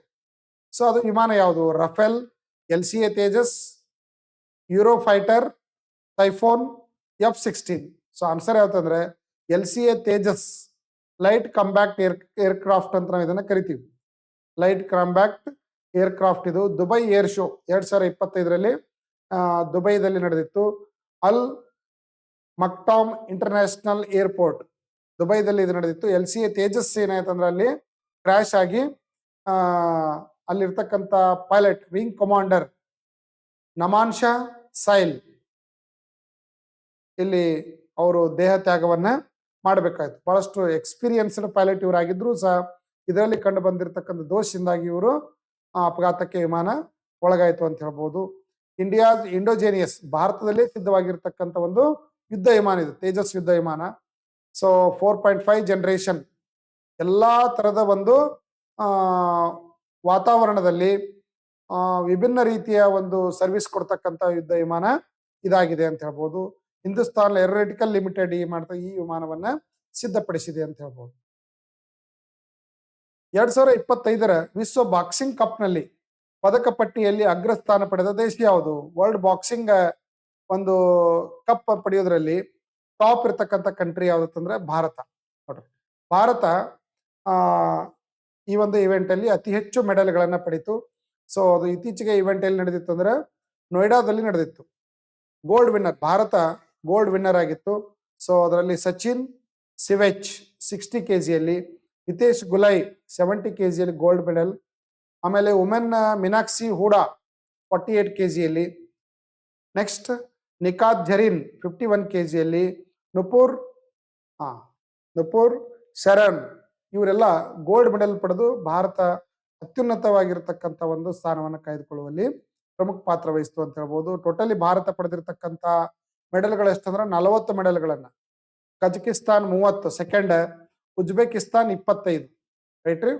ಸೊ ಇದರಲ್ಲಿ ಭಾರತ ಪಡೆದಿದ್ದು 13 gold medal, 12 silver medal, 15 bronze ಮೆಡಲ್ಗಳನ್ನ ಭಾರತ ಇದರಲ್ಲಿ ಪಡೀತು ಅಂತ ಹೇಳ್ಬೋದು. ಭಾರತ ಮೊದಲ ಟೆಸ್ಲಾ ಸೆಂಟರ್ ಇತ್ತೀಚೆಗೆ ಎಲ್ಲಿ ಆರಂಭ ಆಯ್ತು ನೋಡ್ರಿ. ಟೆಸ್ಲಾ ಅನ್ನೋದು ಏನಂತಂದ್ರೆ ಎಲನ್ ಮಸ್ಕ್ ಅವರು ಜಾಗತಿಕ ಒಂದು ಬಿಸ್ನೆಸ್ ಮ್ಯಾನ್. ಇವರು ಏನ್ ಟ್ವಿಟರ್ ಅನ್ನ ಪಡೆದಿರ್ತಕ್ಕಂಥವ್ರು. ಈ ಎಲನ್ ಮಸ್ಕ್ ಅವರ ಒಂದು ಕಂಪನಿ ಯಾವ್ದಂದ್ರೆ ಕಾರ್ ಕಂಪನಿ, ಎಲೆಕ್ಟ್ರಿಕ್ ಕಾರ್ ಯಾವ್ದಂದ್ರೆ ಟೆಸ್ಲಾ. ಇದು ಇತ್ತೀಚೆಗೆ ಭಾರತದಲ್ಲಿ ಅದರ ಒಂದು ಕೇಂದ್ರವನ್ನ ಸ್ಟಾರ್ಟ್ ಮಾಡಿದೆ. ಅದು ಎಲ್ಲೈತಂದ್ರೆ ದೆಹಲಿ ಹತ್ತಿರದ ಗುರ್ಗಾಮ್ ಎಂಬಲ್ಲಿ ಮೊದಲ ಒಂದು ಟೆಸ್ಲಾ ಸೆಂಟರ್ ಅನ್ನ ಓಪನ್ ಮಾಡಲಾಯಿತು ಅಂತ ಹೇಳ್ಬೋದು. ಇದು ಅಮೆರಿಕಾದ ಎಲೆಕ್ಟ್ರಿಕ್ ವೆಹಿಕಲ್ ಒಂದು ಕಂಪನಿ ಇದು. ಸೊ ಆರ್ಚಿಡ್ ಬಿಸ್ನೆಸ್ ಪಾರ್ಕ್ ಗುರ್ಗಾಮ್ ಅಲ್ಲಿ ಇದರ ಒಂದು ಕೇಂದ್ರ ಇತ್ತೀಚೆಗೆ ಮಾರಾಟ ಕೇಂದ್ರ ಸ್ಟಾರ್ಟ್ ಆಗಿದೆ ಅಂತ ಹೇಳ್ಬೋದು. ಭಾರತ ಮೊಟ್ಟ ಮೊದಲು ಖಾಸಗಿಯಾಗಿ ನಿರ್ಮಿಸಲಾದ PSLV ರಾಕೆಟ್ ಅನ್ನ ಇತ್ತೀಚೆಗೆ ಯಾವ ಕಂಪನಿಗಳು ಅಭಿವೃದ್ಧಿಪಡಿಸಿದಿವೆ ನೋಡ್ರಿ. ಖಾಸಗಿಯಾಗಿ PSLV ರಾಕೆಟ್ಗಳನ್ನ ಭಾರತದಲ್ಲಿ ತಯಾರು ಮಾಡಲಾಗಿದೆ. ಅವು ಯಾವ ಕಂಪನಿಗಳು ಇದರಲ್ಲಿ ಭಾಗವಹಿಸಿದಾವೆ ಅಂದ್ರೆ HAL ಮತ್ತು L&T, ಲಾರ್ಸನ್ ಅಂಡ್ ಟರ್ಬೋ, ಇವೆರಡು ಕಂಪನಿಗಳು PSLV ರಾಕೆಟ್ ಅನ್ನ ರೆಡಿ ಮಾಡಿದಾವೆ ಅಂತ ಹೇಳ್ಬೋದು. PSLV ಅಂದ್ರೆ ಏನು? ಪೋಲಾರ್ ಸ್ಯಾಟಲೈಟ್ ಲಾಂಚ್ ವೆಹಿಕಲ್ ಅಂತ ಹೇಳಿ. HAL ಮತ್ತು L&T ಅವರು ಇದನ್ನ ರೆಡಿ ಮಾಡಿದ್ದಾರೆ. ಫಸ್ಟ್ ಮಿಷನ್ ಓಸಿಯನ್ ಸ್ಯಾಟ್ ಅಂತೇಳಿ 2026ರಲ್ಲಿ ಈ ಒಂದು PSLV ರಾಕೆಟ್ ಉಡಾವಣೆ ಆಗೋದಿದೆ. ಸೊ ಇದನ್ನ ಈಗ ಇವೆರಡು ಕಂಪನಿಗಳು ಸೇರಿ ರೆಡಿ ಮಾಡಿದಾವೆ ಅಂತ ಹೇಳ್ಬೋದು. ಬಟ್ ಇಲ್ಲಿ ತನ PSLV ರೆಡಿ ಮಾಡ್ತಕ್ಕಂಥದ್ದು ಯಾವ್ದಾಗಿತ್ತು ಅಂದ್ರೆ ಇಸ್ರೋ ಆಗಿತ್ತು, ಭಾರತೀಯ ಸಂಸ್ಥೆ ಆಗಿತ್ತು. ಈ ಸಲ ಮೊದಲ ಬಾರಿಗೆ ಪ್ರೈವೇಟ್ ಆಗಿ ಈ ಒಂದು PSLV ರಾಕೆಟ್ಗಳನ್ನ ರೆಡಿ ಮಾಡಲಾಗಿದೆ ಅಂತ ಹೇಳಿ. ಹಾರ್ನ್ಬಿಲ್ ಹಬ್ಬವನ್ನು ಇತ್ತೀಚೆಗೆ ಯಾವ ರಾಜ್ಯದಲ್ಲಿ ಆಚರಣೆ ಮಾಡಲಾಯಿತು? ಇದೊಂದು ಜಾನಪದ ಹಬ್ಬ. ಇದು ಬಹಳಷ್ಟು ವಿಜೃಂಭಣೆಯಿಂದ ಇದನ್ನ ಆಚರಣೆ ಮಾಡಲಾಗ್ತಾ ಇದೆ. ಪ್ರಧಾನಿ ಮೋದಿ ಅವರು ಹಲವಾರು ಬಾರಿ ಈ ಒಂದು ವಿಜೃಂಭಣೆಯಲ್ಲಿ ಭಾಗವಹಿಸಿದ್ದಾರೆ. ಯಾವ ರಾಜ್ಯದಲ್ಲಿ ಈ ಹಾರ್ನ್ಬಿಲ್ ಹಬ್ಬವನ್ನ ಆಚರಣೆ ಮಾಡಲಾಗ್ತಾ ಇದೆ? ಅಸ್ಸಾಂ, ನಾಗಾಲ್ಯಾಂಡ್, ಬಿಹಾರ್ ಮತ್ತು ರಾಜಸ್ಥಾನ್. ಸೊ ಕರೆಕ್ಟ್ ಆನ್ಸರ್ ಯಾವ್ದಂದ್ರೆ ನಾಗಾಲ್ಯಾಂಡ್. ಎಲ್ಲಿದು? ನಾಗಾಲ್ಯಾಂಡ್ ಅಲ್ಲಿ ಇದನ್ನ ಆಚರಣೆ ಮಾಡಲಾಗ್ತಾ ಇದೆ ಅಂತ ಹೇಳ್ಬೋದು. ಹಾರ್ನ್ಬಿಲ್ ಫೆಸ್ಟಿವಲ್, ರೈಟ್ ರೀ. ನಾಗಾಲ್ಯಾಂಡ್ನ ಒಂದು ಏನಂತ ಕರಿತೀವಿ ಇದಕ್ಕೆ ಜಾನಪದ ಹಬ್ಬ ಅಂತೇಳಿ ಇದನ್ನ ಕರೆಯಲಾಗ್ತದೆ. ನಾಗಾ ಒಂದು ಬುಡಕಟ್ಟು ಜನಾಂಗದವರು ಇದನ್ನ ಇದು ಮಾಡ್ತಾರೆ. ಇದಕ್ಕೆಲ್ಲ ಸ್ಪಾನ್ಸರ್ ಮಾಡಿರ್ತಾರೆ, ಬೇರೆ ಬೇರೆ ದೇಶದವರು ಇದರಲ್ಲೆಲ್ಲ ಭಾಗವಹಿಸ್ತಾರೆ. ಅವೆಲ್ಲ ಇವೆಂಟ್ಗಳನ್ನ ಕಂಡಕ್ಟ್ ಮಾಡ್ತಾರೆ. ಈ ಬಾರಿ UK, Ireland, Switzerland, Australia, Malta, France ಇವರೆಲ್ಲ ಪಾರ್ಟ್ನರ್ಸ್ಗಳಾಗಿ ಕಂಟ್ರಿ ಪಾರ್ಟ್ನರ್ಸ್ಗಳಾಗಿ ಇದರಲ್ಲಿ ಭಾಗವಹಿಸಿದ್ರು ಅಂತ ಹೇಳ್ಬೋದು. ಮಕ್ಕಳ ಹಕ್ಕುಗಾಗಿ ಯುನಿಸೆಫ್ ಇಂಡಿಯಾದ ಸೆಲೆಬ್ರಿಟಿ ವಕೀಲರಾಗಿ ಇತ್ತೀಚೆಗೆ ಯಾರನ್ನ ಆಯ್ಕೆ ಮಾಡಲಾಗಿದೆ? ಕೀರ್ತಿ ಸುರೇಶ್ ಅವರನ್ನ ಸೆಲೆಬ್ರಿಟಿ ವಕೀಲರಾಗಿ ಇವರನ್ನ ಮಾಡಲಾಗಿದೆ, ನೇಮಕ ಮಾಡಲಾಗಿದೆ ಮಕ್ಕಳ ಹಕ್ಕುಗಳಿಗಾಗಿ ಯುನಿಸೆಫ್ ವತಿಯಿಂದ. ಭಾರತ ಮತ್ತು ಯಾವ ದೇಶ ಜಂಟಿಯಾಗಿ ಅಜೇಯ ವಾರಿಯರ್ 2025 ಎಂಬ ಜಂಟಿ ಮಿಲಿಟರಿ ಸಮರಾಭ್ಯಾಸವನ್ನ, ಅಜಯ್ ವಾರಿಯರ್ ಎಕ್ಸರ್ಸೈಸ್ ಅನ್ನ ಯಾವ ದೇಶದೊಂದಿಗೆ ಸೇರಿ ಭಾರತ ಮಾಡಿದೆ ಅಂತ ಹೇಳ್ಬೋದು? France, Australia, United Kingdom, Japan. ಯಾವ ದೇಶದೊಂದಿಗೆ ಸೇರಿ ಅಂದ್ರೆ ಯುನೈಟೆಡ್ ಕಿಂಗ್ಡಮ್, ಅಂದ್ರೆ ಇಂಗ್ಲೆಂಡ್ ಜೊತೆ ಸೇರಿ ಈ ಮಿಲಿಟರಿ ಅಭ್ಯಾಸವನ್ನ ಮಾಡಲಾಗಿದೆ. ರಾಜಸ್ಥಾನದ ಮಹಾಜನ್ ಫೀಲ್ಡ್ ಫೈರಿಂಗ್ ರೇಂಜ್, ರಾಜಸ್ಥಾನದಲ್ಲಿ ಇರ್ತಕ್ಕಂಥ ಒಂದು ಮಿಲಿಟರಿ ರೇಂಜ್ ಯಾವ್ದಂದ್ರೆ ಮಹಾಜನ್ ಫೀಲ್ಡ್ ಫೈರಿಂಗ್ ರೇಂಜ್ ಅಲ್ಲಿ ಈ ಒಂದು ಮಿಲಿಟರಿ ಎಕ್ಸರ್ಸೈಸ್ ಅನ್ನ ಕಂಡಕ್ಟ್ ಮಾಡಲಾಗಿದೆ ಅಂತ ಹೇಳ್ಬೋದು. ಭಾರತದ 56ನೇ ಅಂತಾರಾಷ್ಟ್ರೀಯ ಚಲನಚಿತ್ರೋತ್ಸವದಲ್ಲಿ ಗೋಲ್ಡನ್ ಪಿಕಾಕ್ ಪ್ರಶಸ್ತಿಯನ್ನು ಪಡೆದಿರತಕ್ಕಂಥ ಚಲನಚಿತ್ರ ಯಾವುದು? ಸ್ಕಿನ್ ಆಫ್ ಯೂತ್ ಚಿತ್ರ ಯಾವ್ದ್ರಿ? ಸ್ಕಿನ್ ಆಫ್ ಯೂತ್ ಒಂದು ಪ್ರಶಸ್ತಿಯನ್ನು ಪಡೆದಿರತಕ್ಕಂಥ ಚಿತ್ರ. ಈ ಅಂತಾರಾಷ್ಟ್ರೀಯ ಚಲನಚಿತ್ರೋತ್ಸವ ಇತ್ತೀಚೆಗೆ ಎಲ್ಲಿ ನಡೀತು ಅಂತ ಕೇಳಿದ್ರಂದ್ರೆ ಗೋವಾದೊಳಗೆ ನಡೀತಿದ್ರು. ಎಲ್ಲಿ ನಡೀತಿದ್ರು ಇದು? ಗೋವಾದೊಳಗ. ಬೆಸ್ಟ್ ಡೈರೆಕ್ಟರ್ ಆಗಿ ನೇಮಕಾದವ್ರು ಯಾರತ್ತಂದ್ರೆ ಸಂತೋಷ್ ದಾವ್ಕರ್ ಅವರು. ಬೆಸ್ಟ್ ಆಕ್ಟರ್ ಒಬೇಮರ್ ರಾಯ್ಸ್. Best actress Zara Sofia Ostan, ಇವರು ಬೆಸ್ಟ್ ಆಕ್ಟ್ರೆಸ್ ಆಗಿ ಇತ್ತೀಚೆಗೆ ಆಯ್ಕೆಯಾದ್ರು ಅಂತ ಹೇಳ್ಬೋದು. ಸರಂದ ಅರಣ್ಯವು ಯಾವ ರಾಜ್ಯದಲ್ಲಿದೆ? ಇತ್ತೀಚೆಗೆ ಸರಂದ ಫಾರೆಸ್ಟ್ ಅನ್ನ ಅನೌನ್ಸ್ ಮಾಡಲಾಯಿತು. ಯಾವ ರಾಜ್ಯದಲ್ಲಿದೆ? ತಮಿಳುನಾಡು, ತ್ರಿಪುರಾ, ಗುಜರಾತ್, ಜಾರ್ಖಂಡ್. ಎಲ್ಲಿದೆ ಇದು? ಜಾರ್ಖಂಡ್ ರಾಜ್ಯದಲ್ಲಿ ಕಂಡು ಬರ್ತಕ್ಕಂಥ ಒಂದು ಫಾರೆಸ್ಟ್ ಇದು. ಯಾವ್ದಿದು? ಸರಂದ ಫಾರೆಸ್ಟ್. ಸುಪ್ರೀಂ ಕೋರ್ಟ್ ಏನಾಗಿದೆ ಅಂದ್ರೆ ಇದು ವೈಲ್ಡ್ ಲೈಫ್ ಸೆಂಚುರಿ ಅಂತ ಇದನ್ನ ಅನೌನ್ಸ್ ಮಾಡಲಾಗಿದೆ. ಅಭಯಾರಣ್ಯ ಅಂತ ಇದನ್ನ ಅನೌನ್ಸ್ ಮಾಡಲಾಗಿದೆ. ಸೊ ಇತ್ತೀಚೆಗೆ ಸುಪ್ರೀಂ ಕೋರ್ಟ್ ಒಂದು ಆದೇಶದ ಮೇರೆಗೆ ಇದನ್ನ ವೈಲ್ಡ್ ಲೈಫ್ ಸೆಂಚುರಿ ಅಂತ ಅನೌನ್ಸ್ ಮಾಡಲಾಗಿದೆ ಅಂತ ಹೇಳ್ಬೋದು. ಏಷ್ಯಾಸ್ ಲಾರ್ಜೆಸ್ಟ್ ಸಾಲ್ ಫಾರೆಸ್ಟ್, ಸಾಲ್ ಒಂದು ಗಿಡಗಳು, ಸಾಲ್ ಮರಗಳು ಕಂಡು ಬರ್ತಕ್ಕಂಥ ಒಂದು ಫಾರೆಸ್ಟ್ ಅಂತ ಕರಿತೀವಿ. ಏಷ್ಯಾದಲ್ಲೇ ಈ ತಳಿಯ ಒಂದು ಸಸ್ಯವರ್ಗ ಇಲ್ಲಿ ಮಾತ್ರ ಕಂಡು ಬರ್ತದೆ. ರೈಟ್ರಿ? ಇದು ಎಲ್ಲಿ ಬರ್ತದೆ? ಜಾರ್ಖಂಡ್ನ ಜೆಮ್ಶೆಡ್ಪುರದಲ್ಲಿ. ಎಲ್ಲಿದು? ಜೆಮ್ಶೆಡ್ಪುರದಲ್ಲಿ ಈ ಒಂದು ಅರಣ್ಯ ಕಂಡು ಬರ್ತದೆ ಅಂತ ಹೇಳ್ಬೋದು. ಯಾವ ರಾಜ್ಯವು ತುಂಗ್ಬುಕ್ ಮತ್ತು ಪುಮ್ಟಾಂಗ್ ಪುಲಿಟ್ GI ಟ್ಯಾಗ್ ಅನ್ನ ಪಡೆದಿದೆ?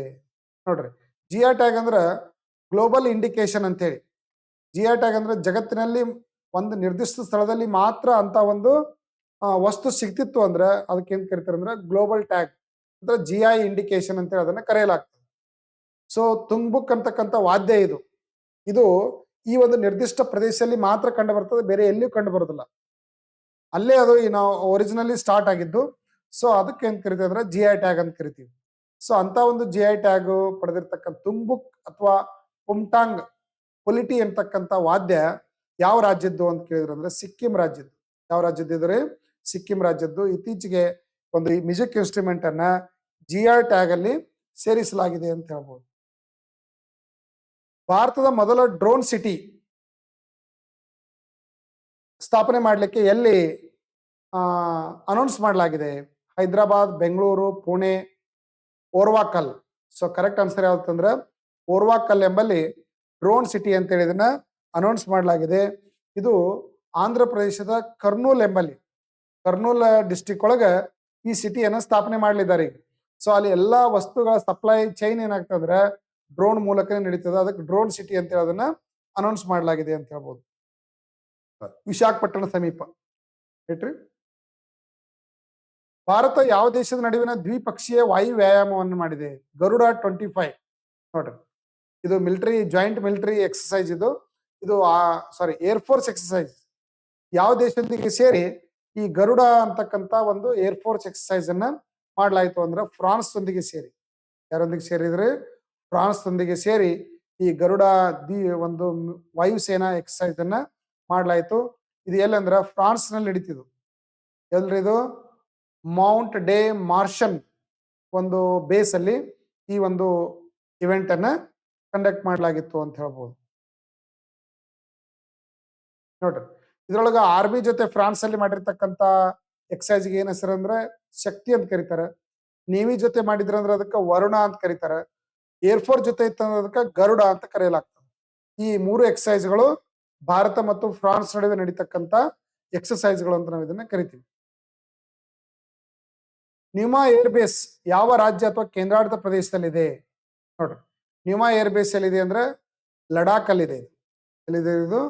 ಲಡಾಖ್ ಅಲ್ಲಿ ಇರ್ತಕ್ಕಂಥ ಯುದ್ಧ ವಿಮಾನಗಳ ಒಂದು ಹಾರಾಟಕ್ಕಾಗಿ ಸಿದ್ಧಪಡಿಸಲಾಗಿರ್ತಕ್ಕಂಥ ಏರ್ ಬೇಸ್ ಇದು. ಚೀನಾದ ಒಂದು ಬಾರ್ಡರ್ ಅಲ್ಲಿ ಈ ಒಂದು ಏರ್ ಬೇಸ್ ಅನ್ನ ಭಾರತೀಯ ಸೇನೆ ರೆಡಿ ಮಾಡಿದೆ ಅಂತ ನಾವು ಇದನ್ನ ಹೇಳ್ತೀವಿ. Newest and highest fighter capable air base ಇದು. ಇತ್ತೀಚೆಗೆ ಹೊಸದಾಗಿ ಮತ್ತು ಅತಿ ಎತ್ತರದಲ್ಲಿ ಇರ್ತಕ್ಕಂಥ ಒಂದು ಏರ್ ಬೇಸ್ ಅಂತ ನಾವು ಇದನ್ನ ಕರಿತೀವಿ ಲಡಾಖ್ ಅಲ್ಲಿ. ರೈಟ್ ರೀ. 13,700 ಫೀಟ್ ಹೈಟ್ ಅಲ್ಲಿ ಈ ಒಂದು ಏರ್ ಬೇಸ್ ಅನ್ನು ರೆಡಿ ಮಾಡಲಾಗಿದೆ. ಇದು ರೆಡಿ ಮಾಡಿದವರು ಯಾರತ್ತಂದ್ರ ಬಾರ್ಡರ್ ರೋಡ್ ಆರ್ಗನೈಸೇಷನ್. ನೋಡ್ರಿ, ನಮ್ಮ ದೇಶದ ಎಲ್ಲಾ ಗಡಿ ರಸ್ತೆಗಳನ್ನ ಮತ್ತು ಗಡಿಯಲ್ಲಿ ಪ್ರಮುಖ ಒಂದು ನಿರ್ಮಾಣಗಳನ್ನ ಮಾಡೋದು ಯಾವ್ದತ್ತಂದ್ರ BRO ದವರು. ರೈಟ್ ರೀ. ಇತ್ತೀಚೆಗೆ ಆರ್ಮಿ ಚೀಫ್ AP ಸಿಂಗ್ ಅವರು ಈ ಒಂದು ಏರ್ ಬೇಸ್ ಅನ್ನ ಉದ್ಘಾಟನೆ ಮಾಡಿದ್ರು. ಇಲ್ಲಿದೆ ನೋಡ್ರಿ. ಇದು ಚೀನಾ ಅಕ್ಯುಪೈಡ್ ಕಾಶ್ಮೀರ್. ಇದು ಕಾಶ್ಮೀರ್. ಇದು ಚೀನಾ ಒಂದು ಅಕ್ಯುಪೈ ಮಾಡಿದೆ 1962ರಲ್ಲಿ ಭಾರತ ಚೀನಾ ಯುದ್ಧ ನಡೆದಾಗ. ಇದು ಈ ಸದ ಪಾಕ್ ಅಕ್ಯುಪೈಡ್ ಕಾಶ್ಮೀರ್ ಇದು. ರೈಟ್ ರೀ. ಈ ಸದ್ ನಮ್ಮ ಕಂಟ್ರೋಲ್ ಒಳಗೆ ಇರೋದು ಇಷ್ಟೇ.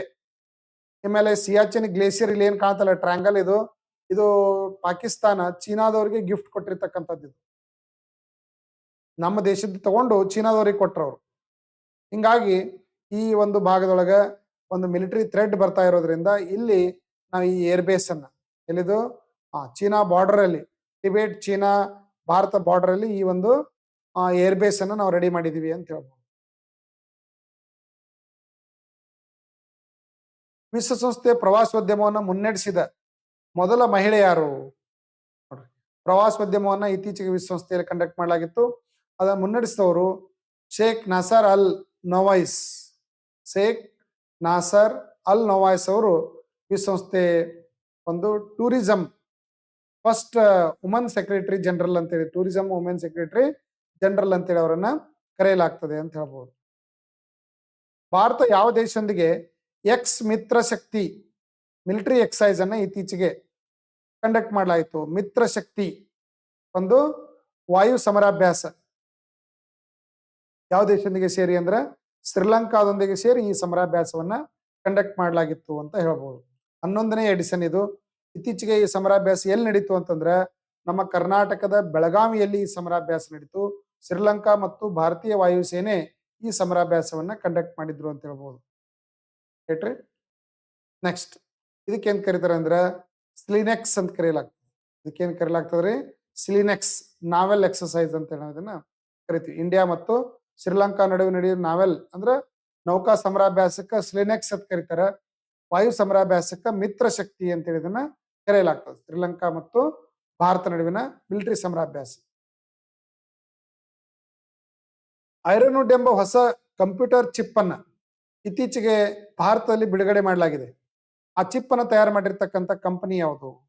ನೋಡ್ರಿ, ಐರನ್ವುಡ್ ಅಂತಕ್ಕಂಥ ಒಂದು ಹೊಸ ಕಂಪ್ಯೂಟರ್ ಚಿಪ್ ಅನ್ನ ತಯಾರು ಮಾಡಿರ್ತಕ್ಕಂಥ ಕಂಪನಿ ಯಾವ್ದು ಅಂದ್ರೆ ಗೂಗಲ್ ಕಂಪನಿ ಐರನ್ವುಡ್ ಅಂತಕ್ಕಂಥ 7th generation tensor processing unit TPU ಅಂತ ನಾವು ಅದನ್ನು ಕರಿತೀವಿ. ಸೊ ಅಂತ ಒಂದು ಚಿಪ್ ಅನ್ನ, ಕಂಪ್ಯೂಟರ್ ಚಿಪ್ ಅನ್ನ ಈ ಬಾರಿ 7th ಜನರೇಷನ್ ಕಂಪ್ಯೂಟರ್ ಚಿಪ್ ಅನ್ನ ಗೂಗಲ್ ಕಂಪನಿ ರೆಡಿ ಮಾಡಿದೆ ಅಂತ ಇದನ್ನ ಹೇಳ್ಬೋದು. ಆರ್ಟಿಫಿಷಿಯಲ್ ಇಂಟೆಲಿಜೆನ್ಸ್ ಸಲಾಗಿ, ಎದ್ರ ಸಲಾಗಿ ಇದು ಆರ್ಟಿಫಿಷಿಯಲ್ AI ಸಲುವಾಗಿನೇ ರೆಡಿ ಮಾಡಿರ್ತಕ್ಕಂಥ ಒಂದು ಚಿಪ್ ಇದಾಗಿದೆ ಅಂತ ಹೇಳ್ಬೋದು. ಇಂಪಾರ್ಟೆಂಟ್ ಆಗಿರ್ತಕ್ಕಂಥ ಪಾಯಿಂಟ್ ಇದು. DNA ಡಬಲ್ ಹೆಲಿಕ್ಸ್ ಸಂರಚನೆಯನ್ನು ಕಂಡುಹಿಡಿದ ಯಾವ ವಿಜ್ಞಾನಿ ನವೆಂಬರ್ 2025ರಲ್ಲಿ 97ನೇ ವಯಸ್ಸಿನಲ್ಲಿ ಇತ್ತೀಚೆಗೆ ನಿಧನರಾದರು? DNA ಒಂದು ರಚನೆಯನ್ನು ಕಂಡುಹಿಡಿದಿರ್ತಕ್ಕಂಥ ವಿಜ್ಞಾನಿ ಜೇಮ್ಸ್ ಡಿ ವ್ಯಾಟ್ಸನ್. ನಾವೆಲ್ಲ ಟೆಕ್ಸ್ಟ್ ಬುಕ್ ಒಳಗೆ ಓದಿರ್ತೀವಿ. DNA ಕಂಡುಹಿಡಿದ ಯಾರತ್ತಂದ್ರ ಜೇಮ್ಸ್ ಡಿ ವ್ಯಾಟ್ಸನ್ ಅವರು ಇತ್ತೀಚೆಗೆ ನಿಧನ ಹೊಂದಿದ್ರು. ಬುಡಕಟ್ಟು ಸ್ವಾತಂತ್ರ್ಯ ಹೋರಾಟಗಾರರ ಭಾರತ ಮೊಟ್ಟ ಮೊದಲ ಡಿಜಿಟಲ್ ಮ್ಯೂಸಿಯಂ ಅನ್ನ ಇತ್ತೀಚೆಗೆ ಪ್ರಧಾನಿ ಮೋದಿ ಉದ್ಘಾಟನೆ ಮಾಡಿದ್ರು. ಅದು ಎಲ್ಲಿದೆ? ನೋಡಿ, ಟ್ರೈಬಲ್ ಫ್ರೀಡಮ್ ಫೈಟರ್ಸ್ ಲೊಕೇಶನ್. ಬುಡಕಟ್ಟು ಸ್ವಾತಂತ್ರ್ಯ, ಯಾರ್ಯಾರು ಬುಡಕಟ್ಟು ದಂಗೆಗಳು, ಅನೇಕ ದಂಗೆಗಳು ನಡೆದು ಬುಡಕಟ್ಟು ಹೋರಾಟಗಳನ್ನು ಭಾರತ ಸ್ವಾತಂತ್ರ್ಯಕ್ಕಾಗಿ ಅಂತ ಒಂದು ಬುಡಕಟ್ಟು ಸ್ವಾತಂತ್ರ್ಯ ಹೋರಾಟಗಾರರ ಪ್ರತಿಯೊಂದು ಕೊಡುಗೆಯನ್ನು ನೆನಪಿಸ್ಲಿಕ್ಕೆ ಒಂದು ಮ್ಯೂಸಿಯಂ ಅನ್ನ, ಬುಡಕಟ್ಟು ಜನರ ಒಂದು ಮ್ಯೂಸಿಯಂ ಅನ್ನ ಅಲ್ಲಿ ನಿರ್ಮಾಣ ಮಾಡಲಾಗಿದೆ. ಸೊ ಆ ಮ್ಯೂಸಿಯಂ ಎಲ್ಲಿದೆ ಅಂತಂದ್ರೆ ರಾಯ್ಪುರಲ್ಲಿ. ಎಲ್ಲಿದು? ರಾಯ್ಪುರ್, ಛತ್ತೀಸ್ಗಢದ ಹೊಸ ರಾಜಧಾನಿ ನವ ರಾಯ್ಪುರ್ ಎಂಬಲ್ಲಿ ಈ ಒಂದು ಮ್ಯೂಸಿಯಂ, ಡಿಜಿಟಲ್ ಮ್ಯೂಸಿಯಂ ಅನ್ನ ರೆಡಿ ಮಾಡಲಾಗಿದೆ ಅಂತ ಹೇಳ್ಬೋದು. ಅದಕ್ಕೆ ಏನ್ ಕರೀತಾರೆ ಅಂದ್ರೆ ಹೊಸ ರಾಜಧಾನಿ ನಗರಕ್ಕೆ ಅಟಲ್ ನಗರ ಅಂತ ಅದನ್ನ ಕರೆಯಲಾಗ್ತದೆ. ಛತ್ತೀಸ್ಗಢದ ರಾಜಧಾನಿ ರಾಯ್ಪುರ್, ಹೊಸ ನಗರವನ್ನು ನಿರ್ಮಾಣ ಮಾಡಲಾಗಿದೆ, ಅದಕ್ಕೆ ನವ ರಾಯ್ಪುರ್ ಅಂತ ಕರೀತಾರೆ. ಇನ್ನೊಂದು ಅಟಲ್ ನಗರ ಅಂತ ಇದನ್ನ ಕರೆಯಲಾಗ್ತದೆ. ಸ್ಟಾರ್ಲಿಂಕ್ ನೊಂದಿಗೆ ಒಪ್ಪಂದ ಮಾಡಿಕೊಂಡ ಭಾರತದ ಮೊದಲ ರಾಜ್ಯ ಯಾವುದು? ಸ್ಟಾರ್ಲಿಂಕ್ ಅನ್ನೋದು ಏನಂದ್ರೆ ಇಂಟರ್ನೆಟ್ ಸೌಲಭ್ಯವನ್ನು ಕೊಡ್ತಕ್ಕಂಥ ಒಂದು ಪ್ರೈವೇಟ್ ಕಂಪನಿ ಇದು. ಹೆಂಗ್ ನಮ್ಮಲ್ಲಿ ಜಿಯೋ ಬಂದಿದೆ, ಅದೇ ತರ ಸ್ಟಾರ್ಲಿಂಕ್ ಅಂತಕ್ಕಂಥ ಒಂದು ಕಂಪನಿ ಇದು. ಇಲ್ಲಿ ಯಾವುದೇ ರೀತಿ ಉಪಗ್ರಹ ಇರೋದಿಲ್ಲ, ಸೆಟಲೈಟ್ ಗಳನ್ನ ಹಾರಿಬಿಟ್ಟಿರ್ತಾರೆ. ಹೆಂಗ್ ನಾವು ಆಕಾಶ ಬುಟ್ಟಿ ಹಾರಿಬಿಡ್ತೀವಲ್ರಿ, ಹಂಗ ಅದ್ರ ಮೂಲಕ ಇಂಟರ್ನೆಟ್ ಗಳನ್ನ ಪ್ರತಿಯೊಂದು ಕಡೆ ಪ್ರೊವೈಡ್ ಮಾಡ್ತಕ್ಕಂಥ ಒಂದು ಹೊಸ ಒಂದು ಇಂಟರ್ನ್ಯಾಷನಲ್ ಲೆವೆಲ್ ಒಂದು ನೆಟ್ ಫೆಸಿಲಿಟಿ ಕೊಡ್ತಕ್ಕಂಥ ಒಂದು ಸಂಸ್ಥೆ ಇದು. ಇದ್ರ ಜೊತೆಗೆ ಒಪ್ಪಂದ ಮಾಡಿಕೊಂಡಿರ್ತಕ್ಕಂಥ ಭಾರತೀಯ ರಾಜ್ಯ ಯಾವ್ದತ್ತಂದ್ರೆ ಮಹಾರಾಷ್ಟ್ರ. ಯಾವ್ದ್ರಿದು? ತನ್ನದೇ ಆಗಿರ್ತಕ್ಕಂಥ ಸ್ವಯಂ ಇಂಟರ್ನೆಟ್ ಫೆಸಿಲಿಟಿಯನ್ನ ಹೊಂದಲಿಕ್ಕೆ ಮಹಾರಾಷ್ಟ್ರ ಈ ಒಂದು ಒಪ್ಪಂದವನ್ನ ಮಾಡ್ಕೊಂಡಿದೆ ಅಂತ ಹೇಳ್ಬೋದು. ಸ್ಪೇಸ್ ಎಕ್ಸ್ ಇದನ್ನ ಪ್ರೊವೈಡ್ ಮಾಡ್ತಕ್ಕಂಥವ್ರು ಯಾರಂದ್ರೆ ಸ್ಪೇಸ್ ಎಕ್ಸ್. ಯಾರ್ದಿದು? ಎಲನ್ ಮಸ್ಕ್ ಅಂದ್ರೆ ಇದು ಕಂಪನಿ. ಇದು ಯಾರಾದ್ರೆ ಇದು? ಎಲನ್ ಮಸ್ಕ್ ಅಂದೇ ಕಂಪನಿ ಇದು. ಅಂದ್ರೆ ಗ್ರಾಮೀಣ ಪ್ರದೇಶದಲ್ಲಿ ಎಲ್ಲಾ ಕಡೆ ನಾವು ಇಂಟರ್ನೆಟ್ ಇನ್ಫ್ರಾಸ್ಟ್ರಕ್ಚರ್ ಮಾಡಕ್ ಆಗೋದಿಲ್ಲ. ಅಲ್ಲಿ ಏನ್ ಮಾಡ್ತಾರೆ ಅಂದ್ರೆ ಒಂದು ಹಳ್ಳಿ ಇತ್ತಂತ ಇಟ್ಕೊಡ್ರಿ, ಅಲ್ಲಿ ಒಂದು ಇಂಥ ಒಂದು ಸೆಟಲೈಟ್ ಅನ್ನ ಹಾರಿ ಬಿಡ್ತಾರ ಅಷ್ಟೇ, ಆಕಾಶ ಬುಟ್ಟಿ ಬಿಟ್ಟಂಗೆ. ಅದು ಸರೌಂಡಿಂಗ್ ಏರಿಯಾದಕ್ಕೆಲ್ಲ ಇಂಟರ್ನೆಟ್ ಫೆಸಿಲಿಟಿಯನ್ನ ಕೊಡ್ತದೆ. ಎಲ್ಲಿ ರಿಮೋಟ್ ಏರಿಯಾ ಅದಾವು, ಎಲ್ಲಿ ಕುಗ್ರಾಮಗಳದಾವು, ಎಲ್ಲಿ ನಾವು ಟವರ್ ಅನ್ನ ಕುಡ್ಸಕ್ ಆಗೋದಿಲ್ಲ ಅಂತಲ್ಲಿ ಈ ಸ್ಟಾರ್ ಲಿಂಕ್ ಏನ್ ಮಾಡ್ತಂದ್ರೆ ಇಂಟರ್ನೆಟ್ ಫೆಸಿಲಿಟಿಯನ್ನ ಕೊಡ್ತದೆ. 2025ರಲ್ಲಿ ಪ್ರಾಜೆಕ್ಟ್ ಚಿತಾ ಅಡಿಯಲ್ಲಿ ಯಾವ ಆಫ್ರಿಕನ್ ದೇಶ ಭಾರತಕ್ಕೆ ಇನ್ನೂ 8 ಚಿತಾಗಳನ್ನ ಪೂರೈಸುತ್ತಿದೆ? ನೋಡ್ರಿ, ಭಾರತದಲ್ಲಿ ಚಿರತೆಗಳ ಸಂಖ್ಯೆ ಕಡಿಮೆ ಆಗ್ತಾ ಇತ್ತು. ಸೊ ಹೀಗಾಗಿ ಭಾರತ ಈ 4-5 ವರ್ಷಗಳ ಹಿಂದೆನೆ ಈ ಒಂದು ಪ್ರಾಜೆಕ್ಟ್ ಚಿತಾ ಅಂತಕ್ಕಂಥ ಒಂದು ಕಾರ್ಯಕ್ರಮವನ್ನು ಹಮ್ಮಿಕೊಂಡು ಭಾರತದಲ್ಲಿ ಚಿರತೆಗಳ ಸಂತತಿಯನ್ನ ಡೆವಲಪ್ಮೆಂಟ್ ಮಾಡ್ಲಿಕ್ಕೆ ಬೇರೆ ಬೇರೆ ದೇಶದಿಂದ ನಾವೇನ್ ಮಾಡ್ತಾ ಇದೀವಿ, ಚಿರತೆಗಳನ್ನ ಆಫ್ರಿಕಾದ ದೇಶಗಳಿಂದ ತರ್ತಾ ಇದೀವಿ. ಈಗ ಆಗಾಗಲೇ ನಾವು ಮೊದಲು ನಮೀಬಿಯಾದಿಂದ ತಗೊಂಡ್ ಬಂದಿದ್ದೀವಿ. ಈಗ ಇತ್ತೀಚೆಗೆ ಮತ್ತೊಂದು ದೇಶ, ಆಫ್ರಿಕಾದ ದೇಶ ಪ್ರಾಜೆಕ್ಟ್ ಚಿತಾ ಅಡಿಯಲ್ಲಿ ಚಿತೆಗಳನ್ನು ಪೂರೈಸಲಿಕ್ಕೆ ಒಪ್ಪಿದೆ. ಆ ಒಂದು ದೇಶ ಯಾವುದು? Botswana, Uganda, Mali, Kenya. So answer ಯಾವ್ದಂದ್ರ ಬೋಟ್ಸವಾನಾದಿಂದ. ನೋಡ್ರಿ, ಬೋಟ್ಸವಾನಾದಿಂದ ಭಾರತ ಈ ಒಂದು ಚಿರತೆಗಳನ್ನ ತಂದು ಭಾರತದ ಒಂದು ಅಭಯಾರಣ್ಯಗಳಲ್ಲಿ ಅದನ್ನ ಬಿಡ್ತಾ ಇದೆ ಅಂತ ಹೇಳ್ಬೋದು. ಫಸ್ಟ್ ಚಿತಾ ರಿಹಾಬಿಲಿಟೇಷನ್ ಪ್ರಾಜೆಕ್ಟ್ 12 ಚಿತಾಗಳನ್ನು ನಾವು ಮೊದಲು ತಗೊಂಡು ಬಂದ್ವಿ. ಎಲ್ಲಿಂದ? ನಮೀಬಿಯಾದಿಂದ. Namibia brought from South Africa and 8 cheetahs from Namibia. South ಆಫ್ರಿಕಾದಿಂದ 12, ನಮೀಬಿಯಾದಿಂದ 8 ಚಿರತೆಗಳನ್ನು ತೆಗೆದುಕೊಂಡು ಇದು ಮಧ್ಯಪ್ರದೇಶದ ಕುನು ನ್ಯಾಷನಲ್ ಪಾರ್ಕ್ ಅಲ್ಲಿ ಅವುಗಳನ್ನ ಬಿಟ್ವಿ. ಯಾಕಂದ್ರೆ ಅಲ್ಲಿ ಎನ್ವೈರನ್ಮೆಂಟು ಭಾರತ ಎನ್ವೈರನ್ಮೆಂಟು ಒಂದೇ ರೀತಿ ಮ್ಯಾಚ್ ಆಗ್ತದೆ. ಅಲ್ಲಿ ಫಾರೆಸ್ಟ್ ಫೀಚರ್ ಹೆಂಗಿದಾವೆ ಅದೇ ತರದ ಲಕ್ಷಣಗಳು ಇರೋದ್ರಿಂದ ಸೊ ನಾವು ಅಲ್ಲಿ ಅದನ್ನ ತಗೊಂಡ್ ಬಂದ್ವಿ. ಮತ್ತೆ ಈಗ ಏನ್ ಮಾಡಿದೀವಿ ಅಂತಂದ್ರೆ ಮತ್ತೆ ಅಲ್ಲಿ ಇರ್ತಕ್ಕಂಥ ಕುನೋದಲ್ಲಿ ಇರ್ತಕ್ಕಂಥ ಈ ಚಿರತೆಗಳನ್ನು ತಂದಿದ್ದೀವಲ್ಲ ನಮೀಬಿಯಾದಿಂದ, ಅದರಲ್ಲಿ ಒಂದು 2-3 ಚಿರತೆಗಳು ಸತ್ತು. ಬಟ್ ಇತ್ತೀಚೆಗೆ ಕೆಲವೊಂದು ಹೆಣ್ಣು ಚಿರತೆಗಳು ಮರಿಗಳಿಗೆ ಜನ್ಮ ಕೊಟ್ಟಿದ್ದನ್ನು ನಾವು ನೋಡಿದೀವಿ. ಸೊ ಹಾಗಾಗಿ ಮತ್ತೆ ಚಿರತೆಗಳನ್ನು ತರಲಿಕ್ಕೆ ಕುನು ನ್ಯಾಷನಲ್ ಪಾರ್ಕ್ಗೆ 8 ಚಿರತೆಗಳನ್ನ ತರಲಿಕ್ಕೆ ಭಾರತ ಮುಂದಾಗಿದೆ. ಅದು ಯಾವ ದೇಶದಿಂದ ಅಂತಂದ್ರೆ ಬೋಟ್ಸವಾನಾದಿಂದ ಮತ್ತೆ ಕುನು ನ್ಯಾಷನಲ್ ಪಾರ್ಕ್ಗೆ 8 ಚಿರತೆಗಳನ್ನು ತರಲಿಕ್ಕೆ ಸಹಿ ಹಾಕಲಾಗಿದೆ ಅಂತ ಹೇಳ್ಬೋದು. ಕೋಸ್ಟಾರಿಕಾಕ್ಕೆ ಫೋರ್ಟಿಫೈಡ್ ರೈಸ್ ಕರ್ನೆಲ್ ಮೊದಲ ಸರಕನ್ನು ರಫ್ತು ಮಾಡಿದ ಭಾರತೀಯ ರಾಜ್ಯ ಯಾವುದು? ನೋಡ್ರಿ, ಭಾರತದಿಂದ ಡೈರೆಕ್ಟ್ ಕೋಸ್ಟಾರಿಕಾಗೆ ಒಂದು ಅಕ್ಕಿ ರಫ್ತು ಮಾಡ್ತಕ್ಕಂಥ ಒಂದು ಬಿಸ್ನೆಸ್ ಸ್ಟಾರ್ಟ್ ಆಗಿದೆ. ಅದನ್ನ ರಫ್ತು ಮಾಡಿರ್ತಕ್ಕಂಥ ರಾಜ್ಯ ಯಾವ್ದಂದ್ರೆ ಛತ್ತೀಸ್ಗಢ. ಯಾವ್ದ್ರಿ ಇದು? ಛತ್ತೀಸ್ಗಢ. ಇದು ಎಕ್ಸ್ಪೋರ್ಟ್ ಮಾಡಿರ್ತಕ್ಕಂಥದ್ದು 12 ಮೆಟ್ರಿಕ್ ಟನ್ಗಳಷ್ಟು ಅಕ್ಕಿಯನ್ನ, ಇದೇನು ರಾ ರೈಸ್ ಅಂತ ಕರಿತೀವಿ ಇದಕ್ಕೆ, ರೈಟ್ರಿ. Fortified rice kernel FRK made by blending rice flour with micronutrients, iron, folic acid and vitamin B12 ಇರ್ತಕ್ಕಂಥ ಒಂದು ರೈಸ್ ಅನ್ನ ಕೋಸ್ಟಾರಿಕಾಗೆ ರಫ್ತು ಮಾಡಲಾಗಿರ್ತಕ್ಕಂಥ ರಾಜ್ಯ ಛತ್ತೀಸ್ಗಢ. 2025ರಲ್ಲಿ ನ್ಯೂಯಾರ್ಕ್ ನಗರದ ಮೊದಲ ಮುಸ್ಲಿಂ ಮೇಯರ್ ಆಗಿ ಇತ್ತೀಚೆಗೆ ಆಯ್ಕೆ ಆಗಿರ್ತಕ್ಕಂಥವ್ರು ಯಾರು? ಜೊಹರಾನ್ ಮಂದಾನಿ. ಯಾರ್ರಿ? ಜೊಹರಾನ್ ಮಂದಾನಿಯವರು ನ್ಯೂಯಾರ್ಕ್ ನಗರದ ಮೊದಲ ಮುಸ್ಲಿಂ ಮೇಯರ್ ಆಗಿ ಇತ್ತೀಚೆಗೆ ಆಯ್ಕೆಯಾಗಿದ್ದಾರೆ. ಇವರ ಮೂಲ ಯಾವ್ದಂದ್ರೆ ಉಗಾಂಡ, ಭಾರತೀಯ ಮೂಲದವರು, ಬಟ್ ಉಗಾಂಡಾದಲ್ಲಿ ಜನ್ಮ ತಾಳಿದ್ದು. ಡೆಮೊಕ್ರೆಟಿಕ್ ಪಾರ್ಟಿಯ ಒಂದು ಸದಸ್ಯರಾಗಿ ಇವರು ಕಾರ್ಯನಿರ್ವಹಿಸ್ತಾ ಇದ್ರು. ಯುಎಸ್ ಏಷ್ಯಾ ಶ್ರೇಯಾಂಕ 2026ರಲ್ಲಿ ಅಗ್ರಸ್ಥಾನ ಪಡೆದ ಭಾರತೀಯ ಸಂಸ್ಥೆ ಯಾವುದು? ಏಷ್ಯಾ ಯೂನಿವರ್ಸಿಟಿ ರ್ಯಾಂಕ್ ಅಲ್ಲಿ 2026ರಲ್ಲಿ ಅಗ್ರಸ್ಥಾನ ಪಡೆದಿರ್ತಕ್ಕಂಥ ಭಾರತೀಯ ಸಂಸ್ಥೆ ಯಾವ್ದಂದ್ರೆ IIT Delhi. University of Hong Kong world top ಅಲ್ಲಿ ಇರ್ತಕ್ಕಂಥದ್ದು. ಇಂಡಿಯಾದೊಳಗೆ ಟಾಪರ್ ಆಗಿರ್ತಕ್ಕಂಥ ಒಂದು ಯೂನಿವರ್ಸಿಟಿ ಯಾವ್ದಂದ್ರೆ IIT ಡೆಲ್ಲಿ. ಇದು ಜಗತ್ತಿನಲ್ಲಿ ಎಷ್ಟನೇ ರ್ಯಾಂಕ್ ಅಲ್ಲಿ ಇದೆ ಅಂದ್ರೆ 4th ರ್ಯಾಂಕ್ ಅಲ್ಲಿ ಇದೆ. ರೈಟ್ ರೀ. Then IISc Bengaluru 5th rank ಅಲ್ಲಿ ಇದೆ. IIT ಮದ್ರಾಸ್ 6th ರ್ಯಾಂಕ್ ಅಲ್ಲಿ ಇದೆ.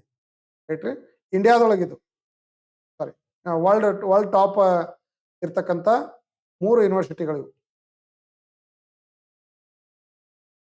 ಆದ್ಮೇಲೆ ಈಗಾಗಲೇ ನಾವು ನಮ್ಮ ಮೊಬೈಲ್ ಆ್ಯಪ್ ಅಲ್ಲಿ ಆನ್ಲೈನ್ ಟೆಸ್ಟ್ಗಳನ್ನು ಕೊಟ್ಟಿದ್ದೀವಿ. ಅದಾದ ನಂತರ ವಿಡಿಯೋ ಕೋರ್ಸ್ಗಳಿದಾವೆ, ಕ್ವಿಜ್ಗಳಿದಾವೆ, ಟೆಸ್ಟ್ಗಳಿದಾವೆ, ಡೈಲಿ ಫ್ರೀ ಸ್ಟಡಿ ಮೆಟೀರಿಯಲ್ಗಳಿದಾವೆ. ಸೊ ಆ್ಯಪ್ ಅನ್ನು ಡೌನ್ಲೋಡ್ ಮಾಡ್ಕೊಡ್ರಿ. ಒಂದ್ ವೇಳೆ ಆನ್ಲೈನ್ ಆಫ್ಲೈನ್ ಬ್ಯಾಚ್ ಒಂದು ತರಬೇತಿ ನಿಮಗೆ ಬೇಕಾಗಿತ್ತು ಅಂದ್ರೆ ನಮ್ಮ creative study circle banking academy ವಿಜಯಪುರಕ್ಕೆ ಜಾಯ್ನ್ ಆಗಿ. ಚೀನಾ ಯಾವ ರೀತಿಯ ರಿಯಾಕ್ಟರ್ ನಲ್ಲಿ ಮೊದಲ ಬಾರಿಗೆ ಥೋರಿಯಂ ಯುರೇನಿಯಂ ಇಂಧನ ಪರಿವರ್ತನೆಯನ್ನು ಸಾಧಿಸಿದೆ? ಯಾವ್ದಂದ್ರೆ ಥೋರಿಯಂ ಮೋಲ್ಟನ್ ಸಾಲ್ಟ್ ರಿಯಾಕ್ಟರ್. ಯಾವ್ದ್ರಿ ಇದು? ಚೀನಾದು ಇದು ಪ್ರಮುಖವಾಗಿರ್ತಕ್ಕಂಥ ಒಂದು ರಿಯಾಕ್ಟರ್ ಅಂತ ನಾವು ಇದನ್ನ ಕರಿತೀವಿ. ರೈಟ್ ರೀ. Thorium molten salt reactor. ಇಲ್ಲಿ ಚೀನಾ ಮೊದಲ ಬಾರಿಗೆ ಥೋರಿಯಂ ಯುರೇನಿಯಂ ಇಂಧನ ಪರಿವರ್ತನೆಯನ್ನ ಮಾಡುವಂತ ಒಂದು ಟೆಕ್ನಾಲಜಿಯಲ್ಲಿ ಸಕ್ಸಸ್ಫುಲ್ ಆಗಿದೆ ಅಂತ ನಾವು ಇದನ್ನ ಹೇಳ್ಬೋದು. ಈ ಒಂದು ಸಾಧನೆ ಮಾಡಿರ್ತಕ್ಕಂಥ ಜಗತ್ತಿನ ಮೊದಲ ದೇಶ ಇದು. ಥೋರಿಯಂ ಅನ್ನ ಈ ರಿಯಾಕ್ಟರ್ ನಲ್ಲಿ ಯೂಸ್ ಮಾಡ್ತಕ್ಕಂಥ, ಪರಿವರ್ತನೆ ಮಾಡ್ತಕ್ಕಂಥ ಒಂದು ಟೆಕ್ನಾಲಜಿಯನ್ನ ಕಂಡುಹಿಡಿದಿದ್ದು. ಅತಿ ಹೆಚ್ಚು ಥೋರಿಯಂ ಅನ್ನು ಹೊಂದಿರತಕ್ಕಂಥ ದೇಶ ಜಗತ್ತಿನಲ್ಲಿ ಯಾವ್ದಪ್ಪ ಅಂದ್ರೆ ಭಾರತ. ಇದು ಕೆಲವೇ ಬೆಲೆ ಬಾಳ್ತಕ್ಕಂಥ ಅಂದ್ರೆ ಅಣುಶಕ್ತಿ ಉತ್ಪಾದನೆಯಲ್ಲಿ ಪ್ರಮುಖವಾಗಿರ್ತಕ್ಕಂಥ ಒಂದು ಖನಿಜ ಅಂತ ಕರಿತೀವಿ. ಅತಿ ಹೆಚ್ಚು ಕಂಡು ಬರೋದಿಲ್ಲ ಅಂದ್ರೆ ಕೇರಳದಲ್ಲಿ ಈ ಥೋರಿಯಂ ಖನಿಜ ಹೆಚ್ಚಾಗಿ ಕಂಡು ಬರ್ತದೆ. ಭಾರತ 91ನೇ ಚೆಸ್ ಗ್ರ್ಯಾಂಡ್ ಮಾಸ್ಟರ್ ಆಗಿ ಇತ್ತೀಚೆಗೆ ನೇಮಕ ಆಯ್ಕೆ ಆದವರು ಯಾರು? ವಿನ್ನರ್ ಯಾರು? ರಾಹುಲ್ VS. ಯಾವ್ರಿ? ಹೊಸ ಒಂದು ಆಟಗಾರ ಇವರು. ರಾಹುಲ್ VS ಅವರು ಚೆಸ್ ಗ್ರ್ಯಾಂಡ್ ಮಾಸ್ಟರ್ ಆಗಿ ಇತ್ತೀಚೆಗೆ ಆಯ್ಕೆಯಾಗಿ 91ನೇ ಒಂದು ಗ್ರ್ಯಾಂಡ್ ಮಾಸ್ಟರ್ ಆಗಿ ಆಯ್ಕೆಯಾಗಿದ್ದಾರೆ ಅಂತ ಹೇಳ್ಬೋದು. ತಮಿಳುನಾಡದವರು. First defence electric vehicle Pravaig dynamics. Electric vehicle ಇದು ಮಿಲಿಟರಿ ಒಳಗ ಮೊಟ್ಟ ಮೊದಲು ಬಂದಿರತಕ್ಕಂಥ ಎಲೆಕ್ಟ್ರಿಕ್ ವೆಹಿಕಲ್ ಯಾವ್ದಂದ್ರೆ ಪ್ರವಾಗ್ ಡೈನಾಮಿಕ್ಸ್. ಇದ್ರ ಹೆಸರೇನು? ಇದ್ರ ಹೆಸರೇನಿದೆ ಅಂದ್ರೆ ವೀರ್. ಏನಿದೆ ಇದ್ರ ಹೆಸರು? Veer electric vehicle. ಇದು ಪ್ರತಿ ವರ್ಷ ವಿಶ್ವ ಮಧುಮೇಹ ದಿನವನ್ನ ಯಾವ ದಿನದಂದು ಆಚರಿಸಲಾಗುತ್ತದೆ? ನವೆಂಬರ್ 14 ಅನ್ನ ಪ್ರತಿ ವರ್ಷ ವಿಶ್ವ ಮಧುಮೇಹ ಡಯಾಬಿಟಿಸ್ ಡೇ ಅಂತೇಳಿ ಇದನ್ನ ಆಚರಣೆ ಮಾಡಲಾಗ್ತಾ ಇದೆ. ರೈಟ್ ರೀ. ಪ್ರತಿ ವರ್ಷ ರಾಷ್ಟ್ರೀಯ ಏಕತಾ ದಿನವನ್ನ ಯಾವಾಗ ಆಚರಿಸಲಾಗುತ್ತದೆ? ಅಕ್ಟೋಬರ್ 31 ಸರ್ದಾರ್ ವಲ್ಲಭಭಾಯಿ ಪಟೇಲ್ ಅವರ ಜನ್ಮದಿನ. ಆ ದಿನವನ್ನ ರಾಷ್ಟ್ರೀಯ ಏಕತಾ ದಿನವನ್ನಾಗಿ ಆಚರಣೆ ಮಾಡಲಾಗ್ತಾ ಇದೆ. ಸರ್ದಾರ್ ವಲ್ಲಭಭಾಯಿ ಪಟೇಲ್ ಅವರ ಲೋಹದ ಪ್ರತಿಮೆಯನ್ನ ಗುಜರಾತಿನ ನರ್ಮದಾ ಸರೋವರದ ಎದುರಿಗೆ ಕೆವಾಡಿಯಾ ಎಂಬ ಗ್ರಾಮದಲ್ಲಿ ಅದನ್ನು ಸ್ಥಾಪನೆ ಮಾಡಲಾಗಿದ್ದು, ಇದಕ್ಕೆ ಏನ್ ಕರೀತಾರೆ ಅಂದ್ರೆ ಸ್ಟ್ಯಾಚ್ಯೂ ಆಫ್ ಯೂನಿಟಿ ಅಂತ ಕರೀತಾರೆ. ಏನ್ ಕರೀತಾರೆ ಇದಕ್ಕೆ? Statue of unity. Sardar Vallabhbhai Patel ಅವರ ಒಂದು ಅತಿ ಎತ್ತರವಾಗಿರ್ತಕ್ಕಂಥ ಲೋಹದ ಮೂರ್ತಿ ಅಂತ ಅದನ್ನ ಕರೆಯಲಾಗ್ತದೆ. ಗುಜರಾತಿನ ಕೆವಾಡಿಯಾ ಜಿಲ್ಲೆಯಲ್ಲಿ ಐತಿ. ಭಾರತದ ಮೊದಲ ಗೃಹ ಮಂತ್ರಿಗಳಿವರು. ದೇಶೀಯ ಸಂಸ್ಥಾನಗಳನ್ನು ಒಟ್ಟುಗೂಡಿಸಿದವರು. ಭಾರತದ ಉಕ್ಕಿನ ಮನುಷ್ಯ ಅಂತೇಳಿ ಇವರನ್ನ ಕರೆಯಲಾಗ್ತದೆ. ಇವರನ್ನ ಸರ್ದಾರ್ ವಲ್ಲಭಭಾಯಿ ಪಟೇಲ್ ಅವರನ್ನ ಉಕ್ಕಿನ ಮನುಷ್ಯ ಅಂತೇಳಿ ಇವರನ್ನ ಕರೆಯಲಾಗ್ತದೆ. ಐರನ್ ಮ್ಯಾನ್ ಆಫ್ ಇಂಡಿಯಾ ಅಂತೇಳಿ. ಯಾರ ಜನ್ಮದಿನದಂದು ಜನಜಾತಿ ಗೌರವ ದಿವಸ್ ಅಂತೇಳಿ ಅಂದ್ರೆ ಬುಡಕಟ್ಟು ಜನಾಂಗದ ಗೌರವ ದಿವಸ್ ಅಂತೇಳಿ ಯಾರ ಜನ್ಮದಿನವನ್ನ ಆಚರಣೆ ಮಾಡ್ಲಾಗ್ತಾ ಇದೆ? ಈ ಬುಡಕಟ್ಟು ಜನರ ಸ್ವಾತಂತ್ರ್ಯ ಹೋರಾಟಗಾರರಲ್ಲಿ ದೊಡ್ಡ ಹೆಸರು ಯಾವ್ದಂದ್ರೆ ಬಿರ್ಸಾ ಮುಂಡಾ. ರೈಟ್ರಿ. ಬಿರ್ಸಾ ಮುಂಡಾ ಇವರು ಪ್ರಮುಖ ಬುಡಕಟ್ಟು ಹೋರಾಟಗಾರರು ಸ್ವಾತಂತ್ರ್ಯ ಹೋರಾಟ ಸಂದರ್ಭದಲ್ಲಿ. ಸೊ ಹಿಂಗಾಗಿ ಜಾರ್ಖಂಡ್ನಲ್ಲಿ ಇರ್ತಕ್ಕಂಥ ಬಿರ್ಸಾ ಮುಂಡಾ ಅವರನ್ನ ಇವತ್ತಿಗೂ ಸ್ವಾತಂತ್ರ್ಯ ಸೇನಾನಿ ಅಂತೇಳಿ ಗುರುತಿಸಲಾಗ್ತದ. ಅವರ ಜನ್ಮದಿನವನ್ನ ಜನಜಾತಿ ಗೌರವ ದಿವಸ್ ಅಂತ ಹೇಳಿದ್ರನ್ನ ಆಚರಣೆ ಮಾಡಲಾಗ್ತಾ ಇದೆ ಅಂತ ಹೇಳ್ಬೋದು. ಪ್ರತಿ ವರ್ಷ ಭಾರತೀಯ ಸಂವಿಧಾನ ದಿನವನ್ನ ಯಾವಾಗ ಆಚರಣೆ ಮಾಡಲಾಗ್ತಾ ಇದೆ? ನವೆಂಬರ್ 26, 1949 ಭಾರತ ಸಂವಿಧಾನ ಸಾಂಕೇತಿಕವಾಗಿ ಜಾರಿಗೆ ಬಂದ ಅಂಗೀಕಾರವಾಗಿರ್ತಕ್ಕಂಥ ದಿನ. ಆ ದಿನವನ್ನ ನಾವು ಸಂವಿಧಾನ ದಿನವನ್ನಾಗಿ ಆಚರಣೆ ಮಾಡ್ತೀವಿ. ಅದೇ ಸಂವಿಧಾನ ಜಾರಿಗೆ ಬಂದ ದಿನ 1950 ಜನವರಿ 26. ಇದನ್ನ ಗಣರಾಜ್ಯ ದಿನವನ್ನಾಗಿ ನಾವು ಇದನ್ನ ಆಚರಣೆ ಮಾಡ್ತೀವಿ ಅಂತ ಹೇಳ್ಬೋದು.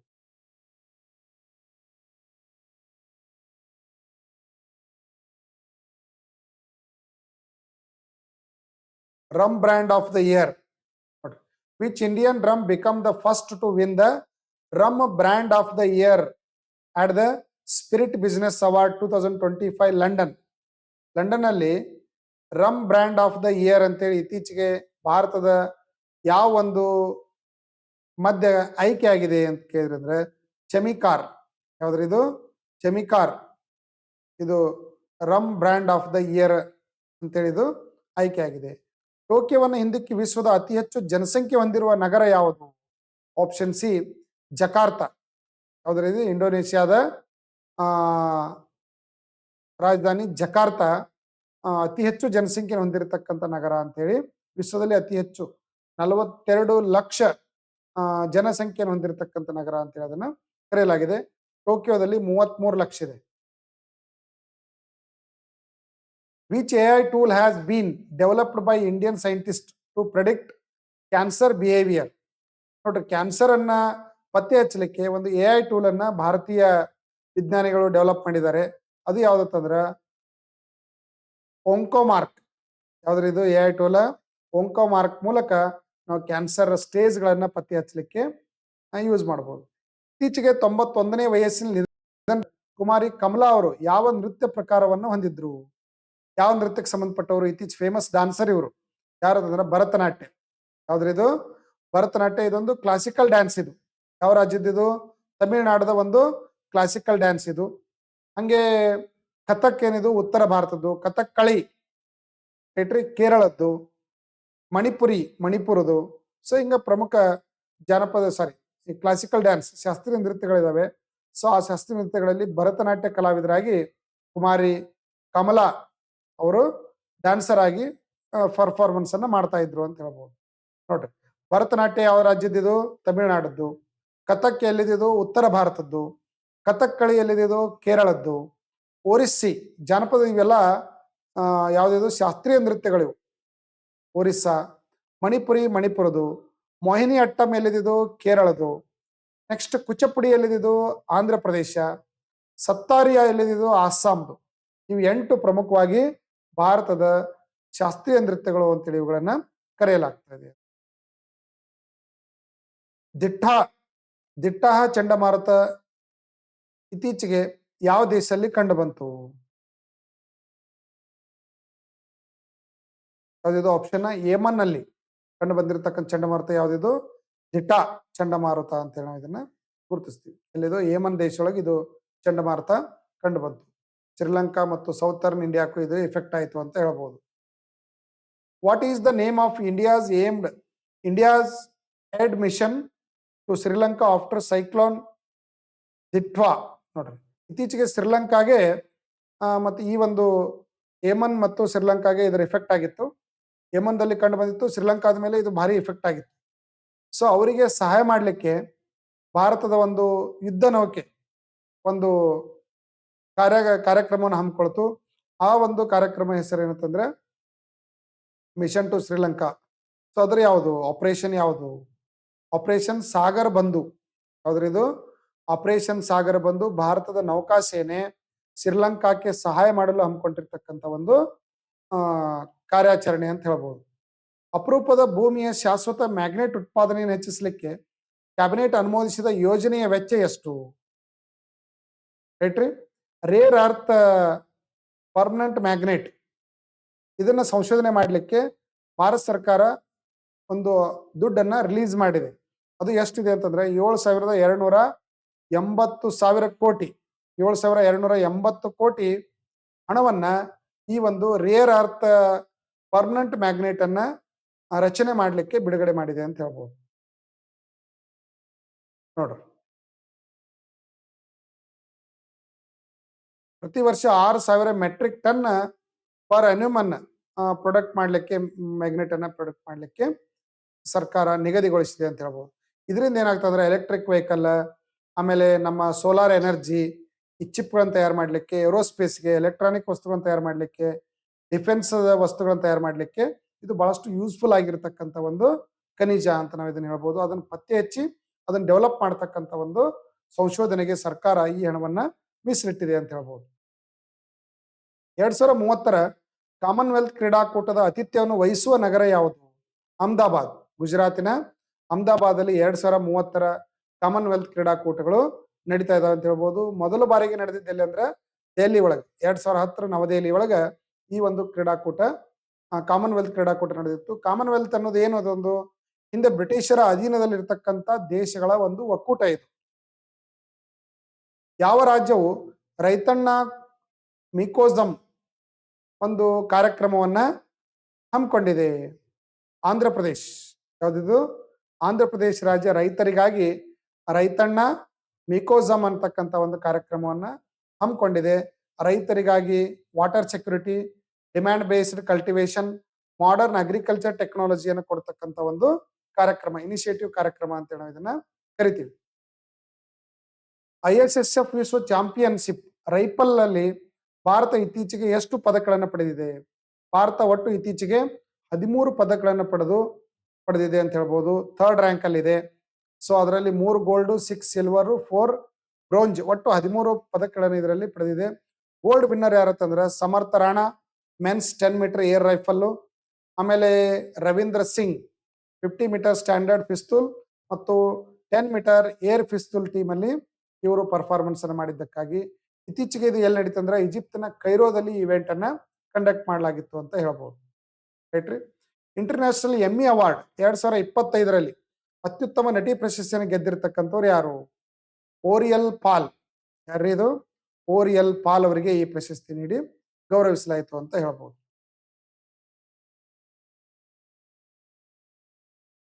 ರೈಟ್. ಗ್ಲೋಬಲ್ ಮಿಥೇನ್ ಸ್ಥಿತಿ ವರದಿ 2020 ಇತ್ತೀಚೆಗೆ ಬಿಡುಗಡೆ ಮಾಡಿದವರು ಯಾರು? ಯಾವುದು? United Nations. ರೈಟ್ರಿ. ಎನ್ವೈರ್ಮೆಂಟ್ ಪ್ರೋಗ್ರಾಮ್ ಅಡಿಯಲ್ಲಿ ಈ ಒಂದು ಮಿಥೇನ್ ಸ್ಥಿತಿ ವರದಿಯನ್ನ ಬಿಡುಗಡೆ ಮಾಡಲಾಗಿದ್ದು, ಇಂಡಿಯಾ ಮಿಥೇನ್ ಗ್ಯಾಸ್ ಅನ್ನ ಬಿಡುಗಡೆ ಮಾಡೋದ್ರಲ್ಲಿ 3ನೇ ಸ್ಥಾನದಲ್ಲಿ ಇದೆ ಅಂತ ಹೇಳ್ಬೋದು. ರೈಟ್ರಿ. ಭಾರತ ಮೊದಲ ಸ್ವದೇಶಿ ಜಲಾಂತರ್ಗಾಮಿ ವಿರೋಧಿ ಹಡಗಿನ ಹೆಸರೇನು? ಈ ಜಲಾಂತರ್ಗಾಮಿಯನ್ನು ಎದುರಿಸಲಿಕ್ಕೆ, ಜಲಾಂತರ್ಗಾಮಿಗಳನ್ನ ಹೊಡೆದು ಹಾಕ್ಲಿಕ್ಕೆ ಭಾರತ ಸ್ವದೇಶದಲ್ಲೇ ನಿರ್ಮಾಣ ಮಾಡಿರ್ತಕ್ಕಂಥ ಒಂದು ಹಡಗು ಯಾವ್ದಂದ್ರೆ ಮಾಹೆ. ಯಾವ್ದ್ರಿದು? INS ಮಾಹೆ ಅಂತಕ್ಕಂಥ ಹಡಗನ್ನ ಭಾರತ ಡೆವಲಪ್ ಮಾಡಿದೆ. ಎಲ್ಲಿದು? ಕೊಚ್ಚಿನ್ ಶಿಪ್ ಯಾರ್ಡ್, ಕೇರಳದ ಕೊಚ್ಚಿನ್ ಶಿಪ್ ಯಾರ್ಡ್ ಅಲ್ಲಿ ಇದನ್ನ ಇದು ನಿರ್ಮಾಣ ಮಾಡಲಾಗಿದ್ದು ನವೆಂಬರ್ 24ರಲ್ಲಿ ಭಾರತದ ನೌಕಾಸೇನೆಗೆ ಮುಂಬೈಯಲ್ಲಿ ಇದನ್ನ ಏನ್ ಮಾಡಿದ್ರು ಅಂದ್ರೆ ಸೇರ್ಪಡೆ ಮಾಡಲಾಯಿತು ಅಂತ ಹೇಳ್ಬೋದು. ಮಹಿಳೆಯರ ಮೇಲಿನ ದೌರ್ಜನ್ಯ ನಿರ್ಮೂಲನೆಗಾಗಿ ಅಂತಾರಾಷ್ಟ್ರೀಯ ದಿನವನ್ನ ಯಾವ ದಿನ ಆಚರಿಸಲಾಗುತ್ತದೆ? ನವೆಂಬರ್ 25 ಮಹಿಳೆಯರ ಮೇಲಿನ ದೌರ್ಜನ್ಯ ತಡೆಗಟ್ಟುವ ದಿನ ಅಂತ ಹೇಳಿ ಇದನ್ನ ಆಚರಣೆ ಮಾಡಲಾಗ್ತಾ ಇದೆ ಅಂತ ಹೇಳ್ಬೋದು. Golden commitment to development index 2025ರಲ್ಲಿ ಭಾರತದ ರ್ಯಾಂಕ್ ಎಷ್ಟಿದೆ? ಆಪ್ಷನ್ 36 ನೋಡ್ರಿ. ಆಪ್ಷನ್ ಬಿ 36th ರ್ಯಾಂಕ್ ಇದೆ. Golden commitment to development index ಅಲ್ಲಿ ಭಾರತ ರ್ಯಾಂಕ್ ಎಷ್ಟಿದೆ? 36ನೇ ರ್ಯಾಂಕ್ ಇದೆ ಅಂತ ಹೇಳ್ಬೋದು. ಟಾಪ್ ಅಲ್ಲಿ ಸ್ವೀಡನ್ ಇದೆ, ಸೆಕೆಂಡ್ ಜರ್ಮನಿ ಇದೆ, ಥರ್ಡ್ ನಾರ್ವೆ ಇದೆ. 2025 ಆಸ್ಟ್ರೇಲಿಯನ್ ಓಪನ್ ಸೂಪರ್ 500 ಪ್ರಶಸ್ತಿಯನ್ನು ಗೆದ್ದಿರ್ತಕ್ಕಂಥ ಆಟಗಾರ ಯಾರು? ಲಕ್ಷ್ಯ ಸೇನ್. ಯಾರಿದು? ಲಕ್ಷ್ಯ ಸೇನ್ ಅವರು ಜಪಾನ್ ಅನ್ನ ಸೋಲಿಸಿ ಈ ಒಂದು ಪ್ರಶಸ್ತಿಯನ್ನ ಪಡೆದರು ಅಂತ ಹೇಳ್ಬೋದು. Next, which operation was conducted by the Indian army humanitarian eye care mission Udhampur and Jammu Kashmir. ನೋಡಿ, ಜಮ್ಮು ಕಾಶ್ಮೀರದ ಉಧಂಪುರ್ ಎಂಬಲ್ಲಿ ಅಲ್ಲಿರ್ತಕ್ಕಂಥ ಎಲ್ಲ ಜನರ ಕಣ್ಣು ಪರೀಕ್ಷೆಯನ್ನು ಮಾಡಿ ಅವರಿಗೆ ಆಪರೇಷನ್ಗಳನ್ನು ಸಹ ಮಾಡಲಾಯಿತು. ಆ ಒಂದು ಮಿಷನ್ ಹೆಸರೇನಿದೆ ಅಂತಂದ್ರೆ ಆಪರೇಷನ್ ದೃಷ್ಟಿ, ಯಾವ್ದಿದು ಆಪರೇಷನ್ ದೃಷ್ಟಿ ಅಂತಕ್ಕಂಥ ಕಾರ್ಯಕ್ರಮನ ಹಮ್ಮಿಕೊಂಡು ಅಲ್ಲಿ ಇರ್ತಕ್ಕಂಥ ಎಲ್ಲ ಗ್ರಾಮೀಣ ಪ್ರದೇಶದ ಜನರಿಗೆ ಕಣ್ಣಿನ ಒಂದು ಪರೀಕ್ಷೆ ಮತ್ತು ಆಪರೇಷನ್ಗಳನ್ನ ಮಾಡುವಂತ ಒಂದು ಕಾರ್ಯಕ್ರಮವನ್ನ ಮಿಲಿಟರಿ, ಭಾರತೀಯ ಮಿಲಿಟರಿ ಅವರು ಹಮ್ಮಿಕೊಂಡಿದ್ರು ಅಂತ ಹೇಳ್ಬೋದು. ACITI ಪಾರ್ಟ್ನರ್ಶಿಪ್ ಅಲ್ಲಿ ಯಾವ ದೇಶಗಳು ಇತ್ತೀಚೆಗೆ ಇದನ್ನ ಪ್ರಾರಂಭ ಮಾಡಿದ್ದಾವೆ? Australia, Canada and India technology and innovation partnership ಅಂತ ನಾವು ಇದನ್ನು ಕರಿತೀವಿ. ಸೊ ಯಾವ ದೇಶಗಳು ಕೂಡಿ ಅಂದ್ರೆ ಇಂಡಿಯಾ, ಆಸ್ಟ್ರೇಲಿಯಾ ಮತ್ತು ಕೆನಡಾ ಸೇರಿ ಈ ಒಂದು ಒಕ್ಕೂಟವನ್ನ ರಚನೆ ಮಾಡ್ಕೊಂಡಿದ್ದಾವೆ ಅಂತ ಹೇಳ್ಬೋದು. ಯಾವ ಶೃಂಗಸಭೆಯಲ್ಲಿ PM ಮೋದಿ ಅವರು 6 ಜಾಗತಿಕ ಉಪಕ್ರಮಗಳನ್ನ ಅನಾವರಣಗೊಳಿಸಿದ್ರು? ಆಪ್ಷನ್ ಎ G20 ಸಮಿತಿ ಇತ್ತೀಚೆಗೆ ಏನು ಜೋಹಾನ್ಸ್ಬರ್ಗ್ದಲ್ಲಿ ನಡೀತು.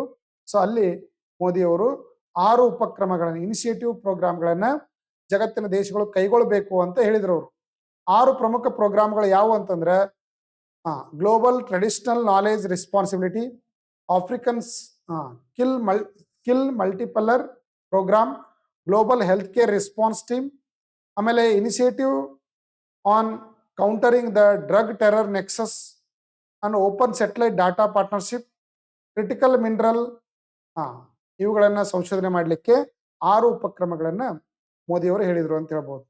2025 ಅಂಧರ ಮಹಿಳಾ T20 ವಿಶ್ವಕಪ್ ಗೆದ್ದಿರತಕ್ಕಂಥ ತಂಡ ಯಾವುದು? So option Bharat, option D Bharat ಮಹಿಳಾ T20 ವಿಶ್ವಕಪ್, ಅಂಧರ ವಿಶ್ವಕಪ್ ಗೆದ್ದಿರತಕ್ಕಂಥ ತಂಡ ಅಂತ ಹೇಳೋದನ್ನ ಗುರುತಿಸ್ತೀವಿ.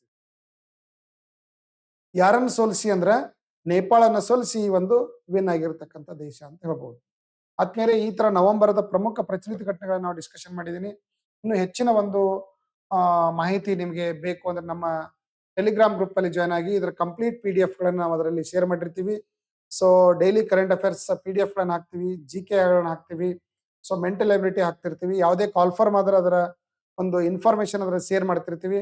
ಡಿಸ್ಕ್ರಿಪ್ಷನ್ ಲಿಂಕ್ ಇದೆ, ಟೆಲಿಗ್ರಾಮ್ ಗ್ರೂಪ್ ಅಲ್ಲಿ ಜಾಯ್ನ್ ಆಗಿ, ಆಮೇಲೆ ನಮ್ಮ ಆ್ಯಪ್ ಲಿಂಕ್ ಅನ್ನು ಡೌನ್ಲೋಡ್ ಮಾಡ್ಕೊಳ್ಳಿ, ನಮ್ಮ ಯೂಟ್ಯೂಬ್ ಚಾನಲ್ ಅನ್ನು ಸಬ್ಸ್ಕ್ರೈಬ್ ಮಾಡ್ಕೊಡ್ರಿ.